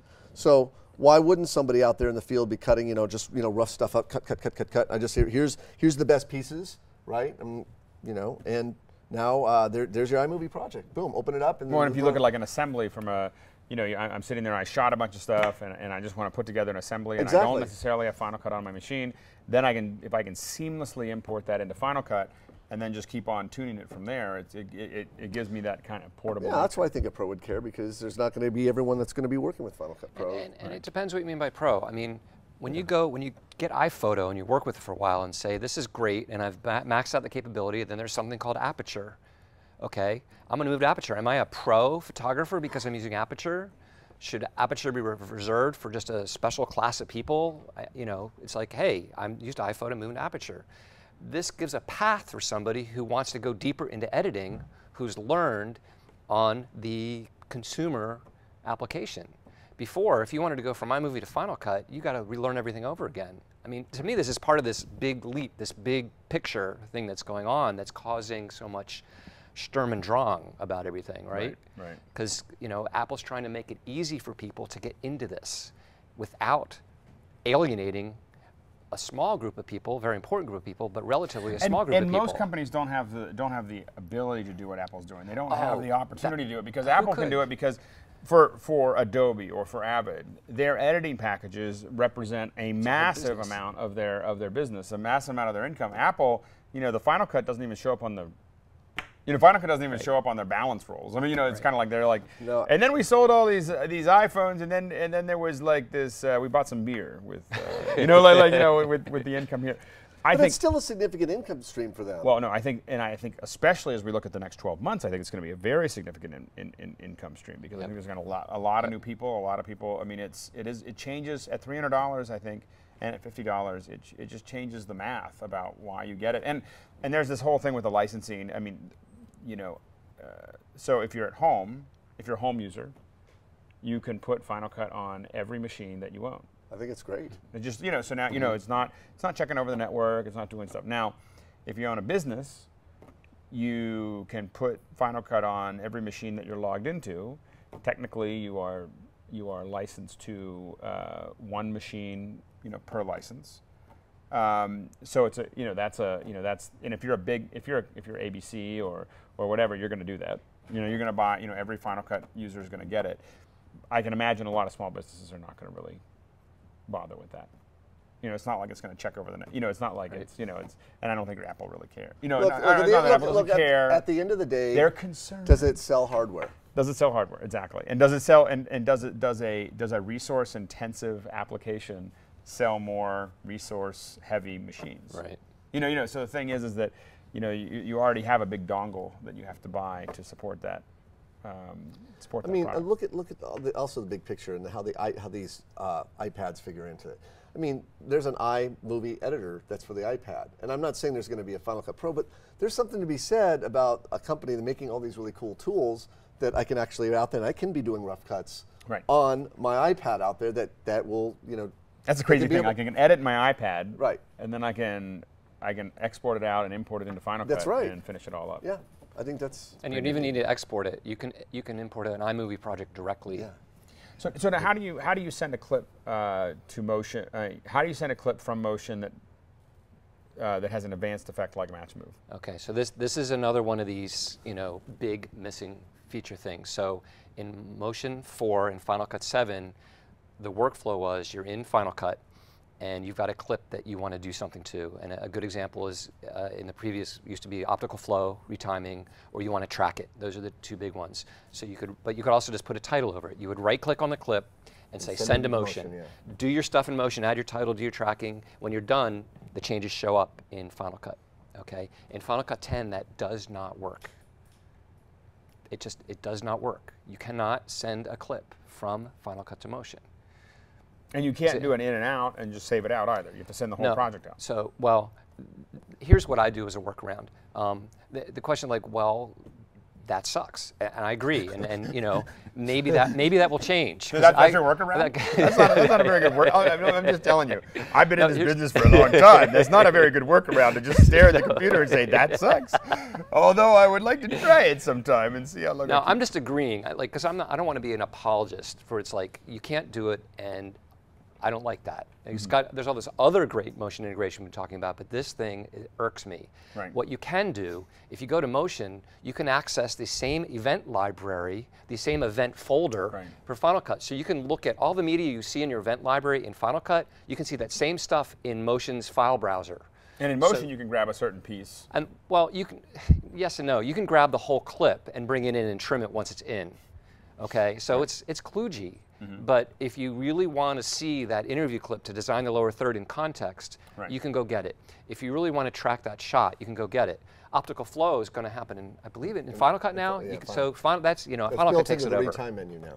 The biggest thing for me is the tracking. If you want to track a shot, that workflow is currently busted. Right. So we'll see. So currently we just have to wait. Yeah. And hope. Long form film, how do I break it into sequences to focus on short segments? Well, you think of it as reels? Yeah, you just edit all your scenes? Of course. Well, you have to understand the whole foundation or the whole modality for working in sequences is gone. It's now projects. Projects are your sequences. And do you think you could really do a project that was 2 hours long? I don't see you why. try? Of course I would. I don't know. I mean, who's going to be the first person? Who's going to be the first? Look, I have a guy email me just from Europe. He says, I cut a documentary on Vincent van Gogh and in iMovie, a feature film. So I was like, okay, you could build a house with just a screwdriver too. But the bottom line is that you can do it. I mean, so look, I think it could probably support a 2-hour feature. But I have to say, my brother built his TV. And my brother is actually the perfect example. Not my. Okay, so I have 2 brothers. I have actually more than 2 brothers. I have 3 brothers. But 2 of them are, have played with doing video and stuff like that. Now my brother Joe, started off behind me. I would argue that technically he may have passed me at this point. And Joe, by the way? Joe is he is somewhere. We've flown him off to do some work. So anyway. Now he does all the very, very high-end work. My brother Travis runs our family has a golf course, and he runs the golf course. But he made an ad in iMovie with just a handful of pictures, and so he took a bunch of photos, and he put them all in and had the stuff, and he put this great music behind it. And man, when you watch it, I've seen it show up on TV when I'm at home. You want to go golfing. I mean, like you just, I don't even care. You want to, even if you didn't see it, like I just want to go to the golf course, even if it isn't that golf course. It's Bird's Foot, by the way. Golf course. Anyway, so anyway, but you want to go to the, you want to go golfing. But he is the perfect example of someone who he is just beating media out of his computer. And he builds everything in iMovie because he doesn't understand Final Cut. He doesn't understand Final Cut Express. And to me, I think that is that target audience, that latent group of people that... I'm calling them, I'm going to label them. Can I create a label for these people now? I'm now calling them the tweeners. The tweeners. The tweeners are coming from iMovie to go into a... iMovie is too small. Right. And then, but the high end, okay, they're not there. So it's between the iMovie and the high end people. It's the... Right. That's the core central market. The people that are doing businesses, like your brother, right. The schools. And it's not guys that got into doing video production. They just want to build videos for their business. And here's the thing. I think that this is what a lot of people miss, is that 10 years ago, if you didn't have, if you had to have, you started to have a website. Sure. Well, maybe 15 years ago, you had to have a website. Now you have to have video on your site. You have to be showing, you have to be putting video up on your website, talking about what your product is, talking about who you are, because otherwise, I mean, people expect it now. They expect to get up there, and all these business owners are sitting there. We get a lot of calls. I mean, that's a big business for us. But a lot of them are calling, going, I just need to build a 2-minute video that shows how to do this, and I don't have any money, but I have, I don't have like thousands of dollars to put it together. And this is a massive growing market, and all of the solutions before this have been too complex. And they're not caring about, like, this is the next question, how do I conform 60 frames per second to 24 to do slow motion? They're not worried about that. What they're worried about is how do I make my little 30-second video, that I can put on Comcast, for the 94952 area code. That's all they want to know. Now, to get back to the question, though, is how do you conform 60 frames a second to 24? It's called Compressor. Oh, I'm not being glib. Right. That's, you got to use Compressor. You want to slow something down, you throw it in the compressor. Or you could use Cinema Tools, which just means I'm not throwing away my Final Cut Studio 3. Oh, and by the way, we had a couple people asking about that. They said, "Oh, I lost my motion as soon as I installed it," but they didn't. You didn't, right? Apple's putting it into a folder. Right. When you install, this is a very good point. When you install, two things on that. When you install Final Cut in Motion, or just Final Cut, your existing apps are moved into a separate folder called Final Cut Studio in your applications folder. They're not, you don't get rid of them. I'd really advise, if you're going to install Final Cut or Motion on the same partition as existing Final Cut, that you read the knowledge base article, because it suggests you don't, but if you do, there's a little thing you need to do to make sure everything is copacetic. I've been running them side by side without any problems, but I think it's, safe to do that. It's something you should do. The other question people say is, like, they think you can only get motion if you get Final Cut Pro 10 also, and it's not true. It's a standalone. It's standalone. It's a complete standalone. Compressor, Motion are standalone apps. They will work just fine by themselves. Right. I just want to hear about sound editing, and I'm wondering if you can export motion to iMovie. I don't think you can do that. But the sound editing. Well, I said this, and I wrote a very large article for Ken Stone last week, and I think one of Final Cut Pro 10's biggest Achilles heels is in the sound editing department. I mean, I appreciate the fact they rolled a lot of the smart features into. They got a lot of filters. They do, and they have. I mean, the way you work with audio now, the way you create fades, the fact that you get different fade types now. Working with audio is actually pretty slick in terms of, like, just general sweetening. If I go down, there's an audio clip here. And by the way, if you go over here, I would like to say I hope that. This can confuse. This and the folks at Ask a Ninja are not upset that I happen to have a clip. I was expecting to have Steve's clips, but he was a little late. It's my fault. And this was latently like what was sitting on my computer. Like, I was testing the keyer, and that's what it was on my RAID. And so, Kent, if you're watching, thank you. I hope you're not mad at me. Well, what's really nice, I haven't shown really anything. You can if you have these little fade handles, if you can grab there. Let me maybe this side here, but there we go. See how easy it is to make a fade? Right click, and you have 4 different. This is all inherited from Soundtrack. Right. How you do that. Now, when you make, you can duck the audio, which is pretty simple. You have a new range selection tool that allows you to drag out ranges, and then when you grab the audio, it creates a duck between the range. I mean, that's really slick. nice. That's a fast way of working. I mean, that's light years speed to have doing that in Final Cut 7. Oh, man. And that's a good thing. Well, and I think that's the thing, is I think that there are a lot. But now you don't see both sides of the audio waveform. Some people miss it. Well, see, yeah, and that's my biggest beef, is that I want a full featured audio. I want to see both. I want to see. If you're going to take away Soundtrack, you want. I want to be. If you're going to put it all into Final Cut, we expect to see it all in Final Cut. I would like to be able to double click on that, and it opens up in a waveform editor. If I need to actually do, like, pull out pieces and cut stuff out and put in silence. I mean, and that's, again, right now, this is a huge market for Avid and Pro Tools or whatever, and Automatic Duck to send stuff out to Pro Tools so I can clean stuff up and bring it back in. I mean, that's the. Right. But even if you're just doing, you've got some interview clips and you're cutting out ums and ahs and stuff like that. It's not really. I don't know if it's an efficient way to do it in here. Soundtrack was never really that either. Not to be bitter about it. I'm pretty fast at it in there. I've just, fortunately, I use that extensively to do that kind of stuff. Yeah, I mean, I guess that's the one place where I have to admit that I move over to Adobe and I just go, I'm going to open Adobe. You know, like either, you know, whether it was Audition or whether it was, you know, even Sound Booth. You know, like a lot of that stuff was just a lot easier and faster. A lot easier and faster. I do have to say, I love the skimmer. I love how fast you can move through clips. I think that was a good feature. You know, the skimmer is just, it's really great. I keep turning it off just because as I move the mouse around and other stuff starts showing up in the viewer, it freaks me out. So I'm just not. You can turn it off by this button here. Under the view menu, there's a skimmer view. Yeah, and you can also do it right here. Oh, right there. Okay. Button there. Yeah, great. Yeah, I got to review your training again. And I did say, someone posted that, I did say on Macbreak Weekly that if I was going to do a full-length feature, I'd probably use Media Composer. That hasn't really ever changed, I have to admit. Like, and a lot of that, I mean, if I was ever, I don't do a lot of full-featured films. I don't have to edit them, a lot of them.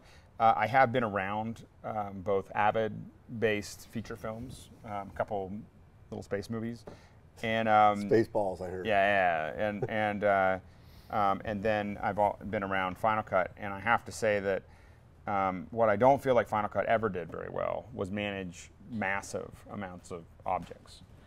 You know, I always felt like that was a painful process compared to the Avid. I mean, like in Avid, you know, it would start to crank down at 100,000 objects. Like, you know, you start to be uncomfortable.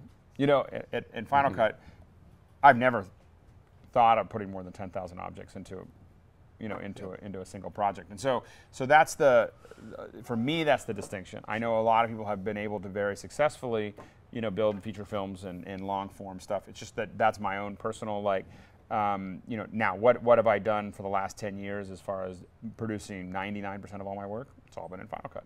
So it's not like I'm just saying when I think about really big projects with, you know, also like big broadcast projects where you're bringing all kinds of stuff, there's a lot of things that these bigger, that application does that Final Cut never did. But in my day-to-day work, I'm still using all Final Cut. So I just need to qualify that, what that meant. If I'm using MPEG stream clip to deinterlace, I used to use the process to convert. I used to use the same process to convert DV for FCE. Final Cut Express, yeah. Does DV matter now? I don't understand the question. I don't quite understand how it was printed there, so we'll have to. It might have to retype that. Well, the short answer is Final Cut X, Final Cut Pro X can actually import DV material through the FireWire, so you end up with 720 by 480 interlaced footage. And you can't tell. There's nowhere on the way in to say, I'd like you to get rid of the interlacing. Correct, I believe so. I don't work with DV anymore, so I don't work with interlace anymore. Yeah. I don't really. It's kind of like people don't do Windows. I don't do interlace.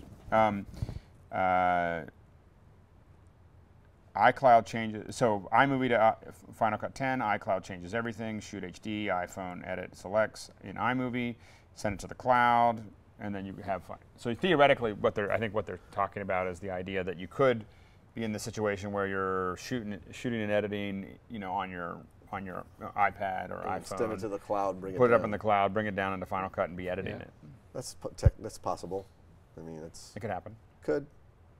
I use I use Twixtor, which is a great plugin. Yes. For slow-mo clips, is there a plugin or effect that will be able to do that? Optical flow sucks under 25% speed. I don't know if Twixtor will work in Final Cut. I think so. Because nothing it was hard to get it to work. Look, if you need that level, if you need that level of control, here's one again. I've discovered one of the Achilles heels of the speed. We want to talk about speed for a moment. I'm going to switch this back to this other view. And I asked Apple. I said, please give us shortcuts so I don't have to like go to this menu to switch this. Right. There's no shortcuts. Shift T. You want to, you know, change track heights. No. Oh, yeah. Well, no, and I'm not saying it'll work. I'm saying that's what you want. That's what I want. Yeah. Interesting. But it was Shift T before. Anyway, yeah. so what I was going to say is speed, retiming. So again, to do segment-based retimes, you would use the selection. So, and this is a terrible clip because there's nothing really going on here. But I can grab through here, and what I'm going to do is retime this section in this range by going over here and choose retime. So I'm going to, if I want to just do a slow 50%. Notice what's happening here is it's only retiming the section within that range here. Now, when I've gotten some feedback from people, is that it ramps in and out. You know how it kind of ramps in and out? Uh-huh. You can't, and this is where Twixtor comes in. You adjust don't it. get a control like you get in Final Cut 7 where you had like Bezier handles where Right. you can control the speed of the ramp in and out. Easing, There's, there's no It just easing, does it just does it. And it's like, oh, that's, well. It's That's like, the effect. It's like, you know, you can pick any color as long as it's black, you know. Yeah. So the point is, that's a little no, the weird. point is that you can't control the ramping in and out. Okay, so looks like you're not going to Because you might want it. You might want it to just happen suddenly.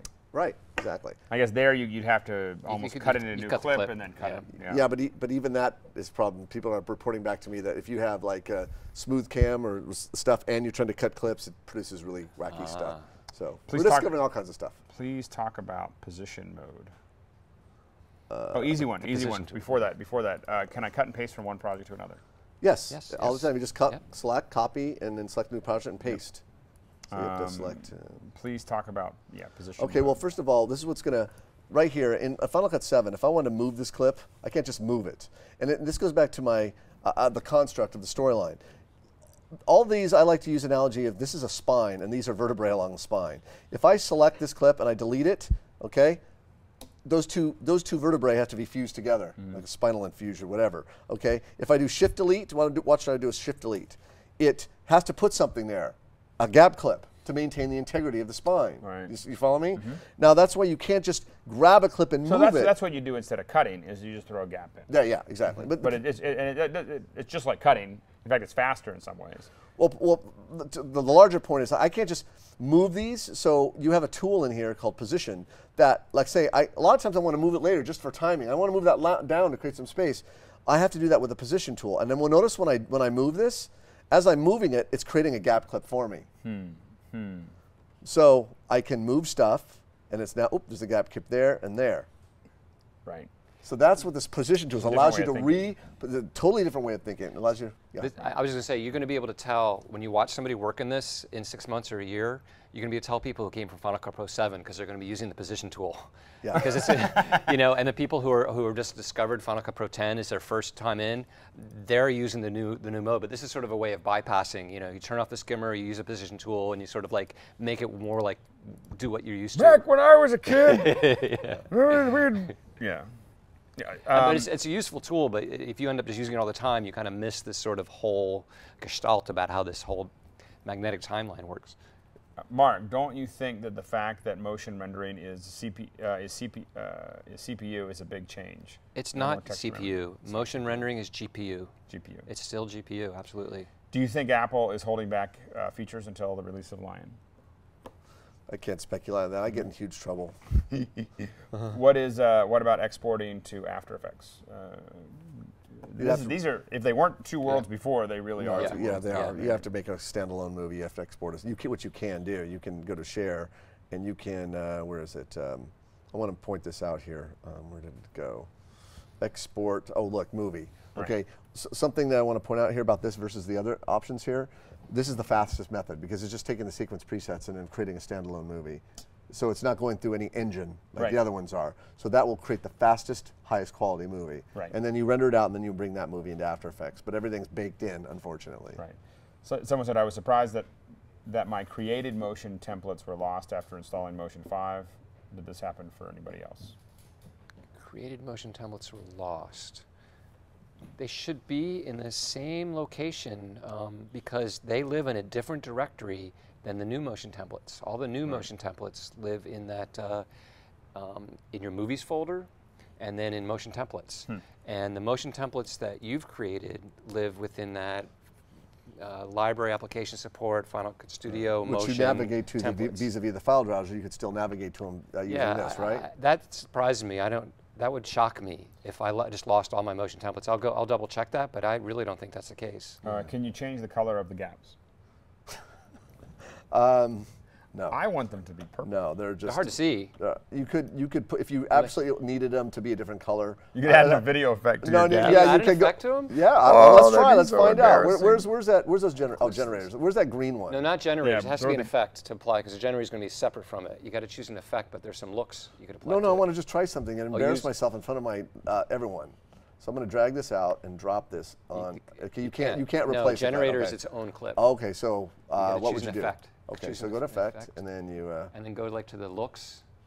look. Where is it? Looks. Yeah. Where is it? Looks, and Looks. then And drag one of those on, combat. I don't know, anything. I'm just curious. Yeah, but it's black on black. But it's Yeah, black. see, so yeah. Oh, it doesn't even take it, yeah. So it looks like you can put a generator in there, but you can't replace a gap clip. You can with use a generator instead of a gap. instead of a gap. Yeah. Batch export, does it still exist? No, you can only export one clip, one project at a time. So in other words, if you have 3 different projects you want to put, you can't just select them all and say batch these out. One project at a time. But if you have Compressor, you could at least set them all up in a batch for Compressor to do its thing? The answer to that question is Blowing in the wind. No. Sorry. Well, one thing is that one thing you can't do is when you're exporting in the when it's chugging away in the background, you can't continue working like you were in Final Cut 7, where you're editing and then it's chugging away in the background. It's like you got to wait till it chugs the whole thing out before you can go back to. If Compressor is doing that? Well, if Compressor, it's not. No, it's Final Cut. So Okay. this is something that's a little bit fuzzy to me, but the direct answer to that question is you can export one project at a time.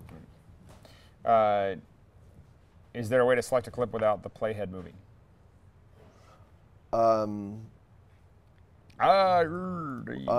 Select a clip with a playhead movie. think Well, there is. that's how Final Cut has always worked. You click and selects clips. You can move the playhead after you've selected a clip to have it in a separate location than the selected clip, but the playhead's going to move to wherever It's going to whatever move wherever you you're going to on. click. Wherever Yeah. you're going to click, it's always going to move. That's the nature of the playhead. How would you recommend legacy Final Cut Pro editors adapt an approach to the event browser instead of keeping all of the media for each project in its own folder? How would you recommend legacy? FCP editors adapt and approach the event browser, other than just start letting it do its thing. Well, Something again, they should do. the event browser is a construct. Again, make it simple to manage media. It's like you said, it's like Aperture. It's like almost everything is in a self-contained, and there's, they're trying to keep it really simple so that when you have to move stuff or delete stuff, it's just handling it all as one big bundle. Right. And that's just the way it works. Why does undo not work most of the time? Keyframing especially. Well, there might be some bugs, but we're starting to hear things like that. But you should have a set of unlimited undos. You should be able to keep going back and going back and going back. If it doesn't work, then it sounds like there might be an issue. It says, can we edit in Final Cut 10, then output for laying back to tape using Final Cut 7? I mean, you could export it and then open it up in Final Cut 7 and then export lay back to tape. off you go. Well, we're hoping a company like AJA will be able to go right out to tape from Final Cut 7. It seems like there's a real opportunity for Blackmagic or AJA. We don't know. We haven't announced anything, but I would think that those companies would be one of the first to come up. Build a new tape. This is a home. Build a module. For example, if you try to import from a tape camera, you can't set in an out point. You can't do batch. You got to do capture now. Well, I mean, it seems Cat like DV you could do. Well, that. it just seems you could almost do Cat DV. What might be another solution some people use. Yeah, I mean, look, controller. somebody really smart's going to write hooks to Right. be able to do that. Right. Making a still from the timeline was Shift N. Now what? That's another kind of issue. Is that there's no more freeze frames. They're now called hold frames.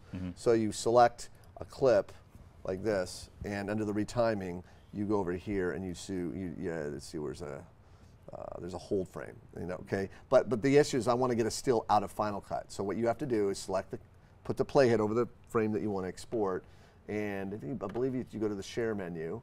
And let's see where. Save current frame. Yeah, thank you. Save current frame. So that's how you get a still frame out of Final Cut X. How does a business buy multiple copies of Final Cut 10? Do they have? Well, Final Cut 10 will run simultaneously on multiple Macs now. Again, your license, if you're doing a business, is 1 copy per computer. That's your license, but it's not making any. It's not looking. I mean, it's not looking. So over people the network. I feel like I have 10 seats. I'm going to buy 10. I'm going to spend $3,000. And put them on each machine. I mean, if you're a business and you want to make sure that everything is to code, right. That's the you need to buy one for every machine. Now the question, and really the way to do that is how do you buy multiple copies? Seems like you would just go in and buy multiple copies. I mean, you know, you just go to the App Store. machine, And yeah. I think some people are worried about what if I have hundreds of copies or something like that. They have other installs that they're working on for Lion and everything else. I'm sure that there's a hack to. Well, there's been a lot of questions just about volume licensing, educational institutions, Apple authorized training centers. There's been a lot of questions out there. There doesn't seem to be a lot of answers right now about. It seems like they want a deal, and I feel like Apple's probably saying, well, we did make it $300. Yeah. That was the deal you had before.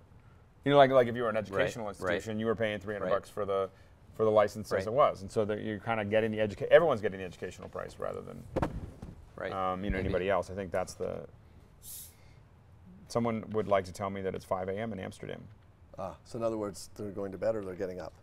Can you nest sequences? It's not really that. No, yeah, nesting is another term that's now verboten. It's been retired. Now what you do is you make compound clips. So you select it, right-click, and say New Compound. Boop, there it is. Ooh, look at how it's simplified. And I click this little badge, and there's my constituent pieces. What's nice is it makes a nice hierarchy here. So if I want to get back, I just go, I want to get back to the parent, so to speak, and then I'm there. But it's now called a compound clip. Well, and this is the one part that I think, eventually, if this really worked, I mean, this is what could possibly get me into the idea that I could do a really long piece, because you could sit there and you could have a scene that you make a compound clip. Right. So you could have, this is, and if you have a movie that's got 26 scenes, you'd have 26 clips, and each one of them you could be just opening up and working on them and putting them back in and putting them back in. And all the other ones will adjust to it. Yeah. Yeah. Exactly. Oh, good, I can do that. It's a little badge. We don't need those sticky badges. All right. Do you think Apple cares what pros don't want to unlearn or think different about editing? Maybe losing those high-end users. I can't speculate, I think Apple cares. Yeah. I think they care very much. I think this is a big, difficult thing to do, and it was a huge risk, and they know it. Yeah. I don't think they're a bunch of they're not stupid. But I think that there is this thing about you at some point in time you have to take a chance. You have to rewrite it. You have to. I mean, we've been doing the same. We basically had the same interface for editing since the late '80s. Yeah, it was time for a reskin for sure. Yeah. Does Final Cut 10 cache renders on a layer by layer basis, or does it render the whole stack as a single render file? It renders. Well, first of all, there are no layers, so what are we talking about? It's rendering. First of all, things auto-render. So if I do something to this, I get an orange bar. Let's throw an effect on this. Combat. See that little orange bar? Now, if I don't take any action, it should, in a moment, start rendering it. Oh, look at that. See, without even doing anything, it's starting to background render. Right. So I go get a sandwich, and I come back, and it's already rendered. But interesting, they do call it background task rendering. But as soon as I do something, like I start editing and whatnot, it'll pause. So it's like CPU cycles saying, okay, just trying to use right. Right. So I stop again, and then picks up again. Right. But notice it's rendering. It's like you can see the orange bar receding. Yeah. So you don't have to take any action anymore. You don't have to Command R to render, or whatever the command was. We're gonna wait for a couple more questions. One of the things we want to do is make sure that we thank because I'm getting couple hungry. folks. I know you're getting hungry. There's food back there. There's beer back there. There's people leaving. They didn't have enough food. They didn't have enough beer. I know you can't have any food or beer if you're watching. You have to get it on your own. Want to make sure we thank BitGravity for providing this stream. That's our partner that we've been doing a lot of stuff with. I think the quality of the streams are very high. We want to thank Telecast. We have we're using Wirecast to actually do the stream, we like Wirecast a lot. I'd like to thank these guys for coming out. If you have questions, by the way, keep on sending them. We're going to answer a couple more. But Steve Martin and Mark Spencer, and we're going to do a 4-day training. I feel like there has to be a reboot where editors have to. I mean, I think everyone's talking about it, and we've talked these guys into it. We haven't figured out the date. Have we decided on the date? Well, we're talking August now. We're talking August. Yeah. Yeah.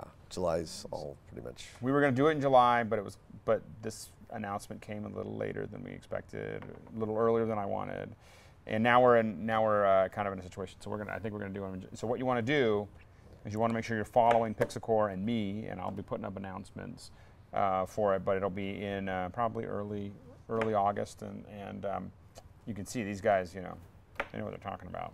That's what I'm going to be sitting. I'm making sure that I have my schedule all carved out, because this is when I'm going to end up rebooting my knowledge. I'm going to noodle with it before then, but I don't think I'm going to really get it until then. So, so anyway, so stay tuned for that. Let's go back to some of the questions here. Will it reference media like Aperture? Oh, I see what he's saying. I think, well, the Aperture modality is completely different. You bring in a raw file, and then Aperture makes JPEGs to actually draw on the screen. Right. This is always referencing the media you import or the optimized media that gets transcoded. Right. There's no intermediate file like Aperture. Right. How can I open more than one bin at a time? I often leave multiple bins open in Final Cut 7. There's no such thing as a bin. Yeah, no such thing as a bin. They're gone. Smart collections. In fact, in this new, let's see here. Let's see, event. Oh, you know what? I have to select event, and then I got to go new smart collection. So these are the kind of this is what you use now, and whatever you click here shows over here. So you can't, there is no way to have like more than one smart collection showing in the media browser. Or more than one event. More than one event. Like right. like if you've got events for different projects, you click on that to see those, Yeah. but you can't see them both at the same time. You can't see them both at the same time. Right. Can I change the speed of the clip by entering a number? No. Can you show us the precision editor? Yeah. Let's say I have let's see, I'm going to go into the compound clip. And I actually think this feature is pretty cool, but I really need 2 video clips. Let's see, let me go up here and let me do an insert edit right. Let's see, let's do an insert edit right there, okay? And then double click on the cut point. There's your precision editor. What you have, in fact, you just let me make some handles here. What you're seeing is the outgoing shot and the incoming shot. And then this darker area, this is handle frames. This material you can't, it's not being used in the edit. And what's nice about this is that you can skim into this frame. You can skim in this area. And then when you find, I don't know why it's not updating, but yeah, when you click, it'll move the edit point to that right. point. You can also grab, like you said, move the handle frames by dragging here. This is called a ripple edit. You can grab here and do this. And you can also do a roll edit if you grab the center, where you can actually roll both edits at once here. So really the value of the precision editor is it gives you kind of almost a 3D view of your edit point. That's fantastic. It's pretty neat. Does Aperture integrate? Yeah, so you can grab photos. You Yeah, can't get the videos. I should have done that. Right. Okay, yeah. I think it's faster. Yeah, now. so yeah, you just grab the photos out, and look, I just made a connected clip of that photo right there. Not a very good photo. I know. But This is probably the first photo on my iPhone. Everyone's going to be like, Should I be yeah, scared? Alex said he had a big. Let's embarrass Alex. I don't really think that was appropriate. Sorry. I think people are going through my for no apparent sorry. reason. All right, I'll close that. My son playing with my phone. All right, so how do you show off compound? Could you show off compound clip and more of the magnetic timeline? Well, we already did that earlier. We Yeah. already did that. So, How do you connect to reconnect media that is offline? okay, you can't connect. We mentioned this earlier. You can't just connect a simple clip. You have to connect to events, and that's the key. When things are offline, when you go, I'm going to go back to the project by clicking this Command 0. What you have to understand about Final Cut Pro 10 is that everything, look at this, it's referencing events, not individual pieces of media. That is a fundamental thing people have to get their heads around. It's referencing this, everything on this thing is referencing all the media in this event. See these 2 clips. So if you want it to reference other things, you have to point it to another event. Right. That's the Control difference. over master audio?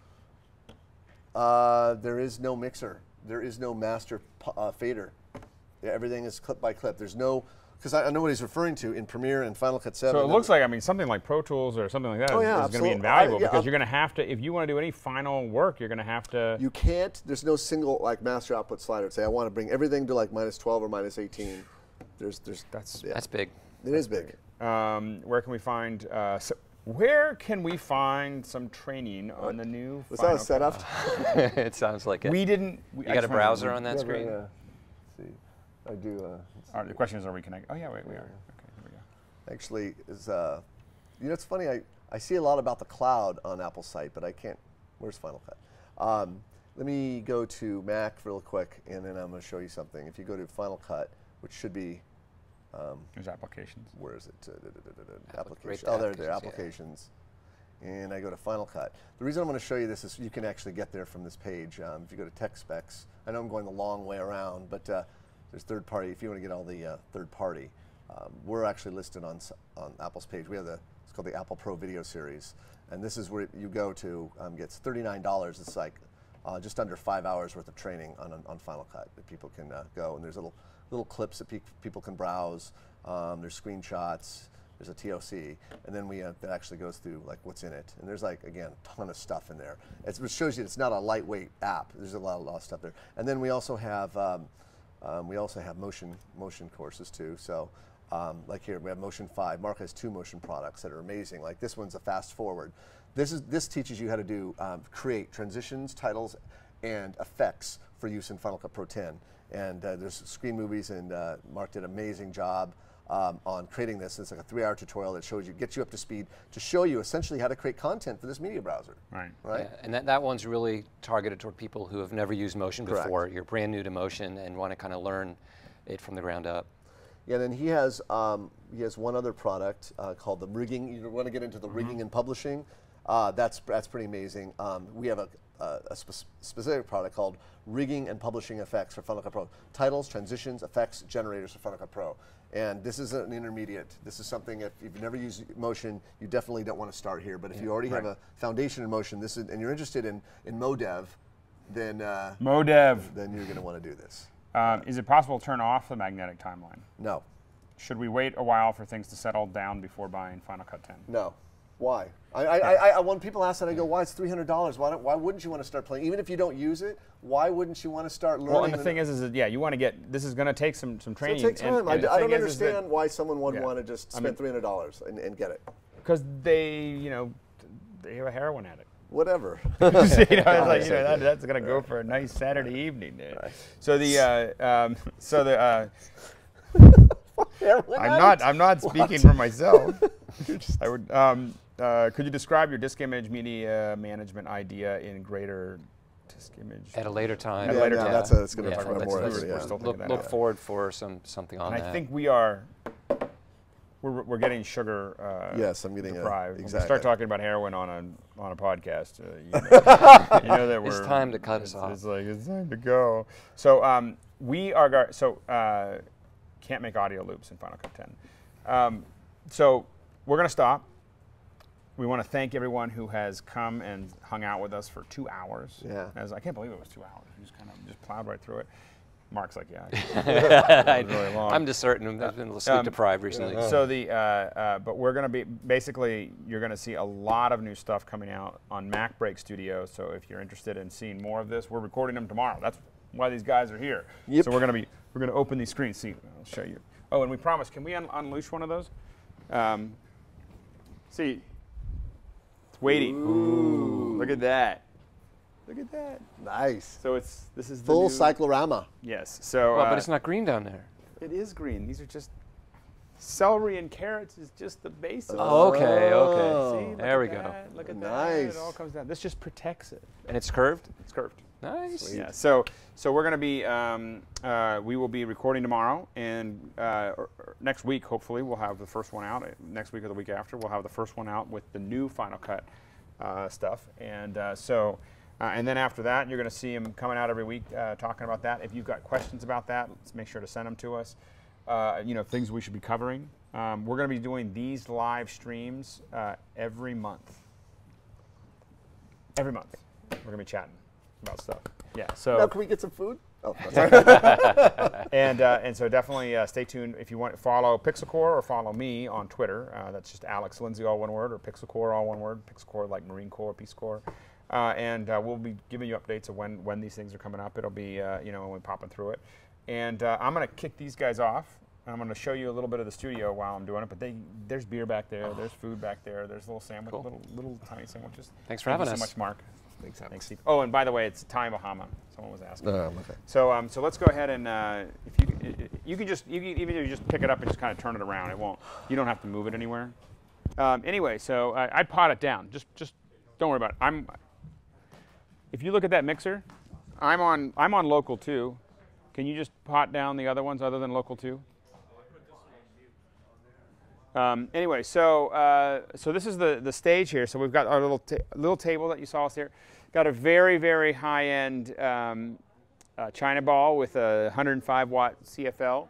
Now, what's funny is the juxtaposition of the $100 light and the $1,000 light, or $1,500 or $2,000 light. This is a Image 80. This has got 8 4-foot bulbs. 4 of them are 56K, and 4 of them are green screen, or super green. So, and that's for this green screen back here with the little cove. What we did is, so that was kind of our backlight. We have some bounce cards over here. So that's kind of what we set up there to kind of give us a little bit of fill, because otherwise it's falling off. If you look down here, this is what we were looking at when we were looking at it, just a very high-end Vizio monitor. And then the audience over here was kind of looking at this projector here. So this was all being projected so they could see it there. So we kind of plotted it all through here. All of this is going into this this mix here. So we've got a mixer here. We've got, this is Wirecast is actually streaming off this laptop. Wireless mic inputs. This is a Data Video HS2000 that we're doing the mixing from. So this is kind of our portable mixer. Our big mixer is en route home. And then we're viewing it over here. This is just a confidence check. And we're recording it again over here so that we can hopefully post a good version of it for you a little bit later. And then most importantly, if you look back over here, we included a lot of food, some beer. Unfortunately, we kept everyone so late that a lot of them, aren't going to get to eat it as much as they thought they would. But we've got a bunch of food here. If you'd like to come over, well, no, not really. So, but we're going to be doing more of these. This is kind of our experiment with this kind of hybrid mix of people in the room and people in our virtual room, all interacting with us. And so we hope you enjoyed it. Let us know what you think. You can Twitter to me or Twitter to PixelCore, or you can obviously contact us through pixelcore.com and just let us know how you enjoyed the experience, because we plan to do a lot more of it. So thank you very much.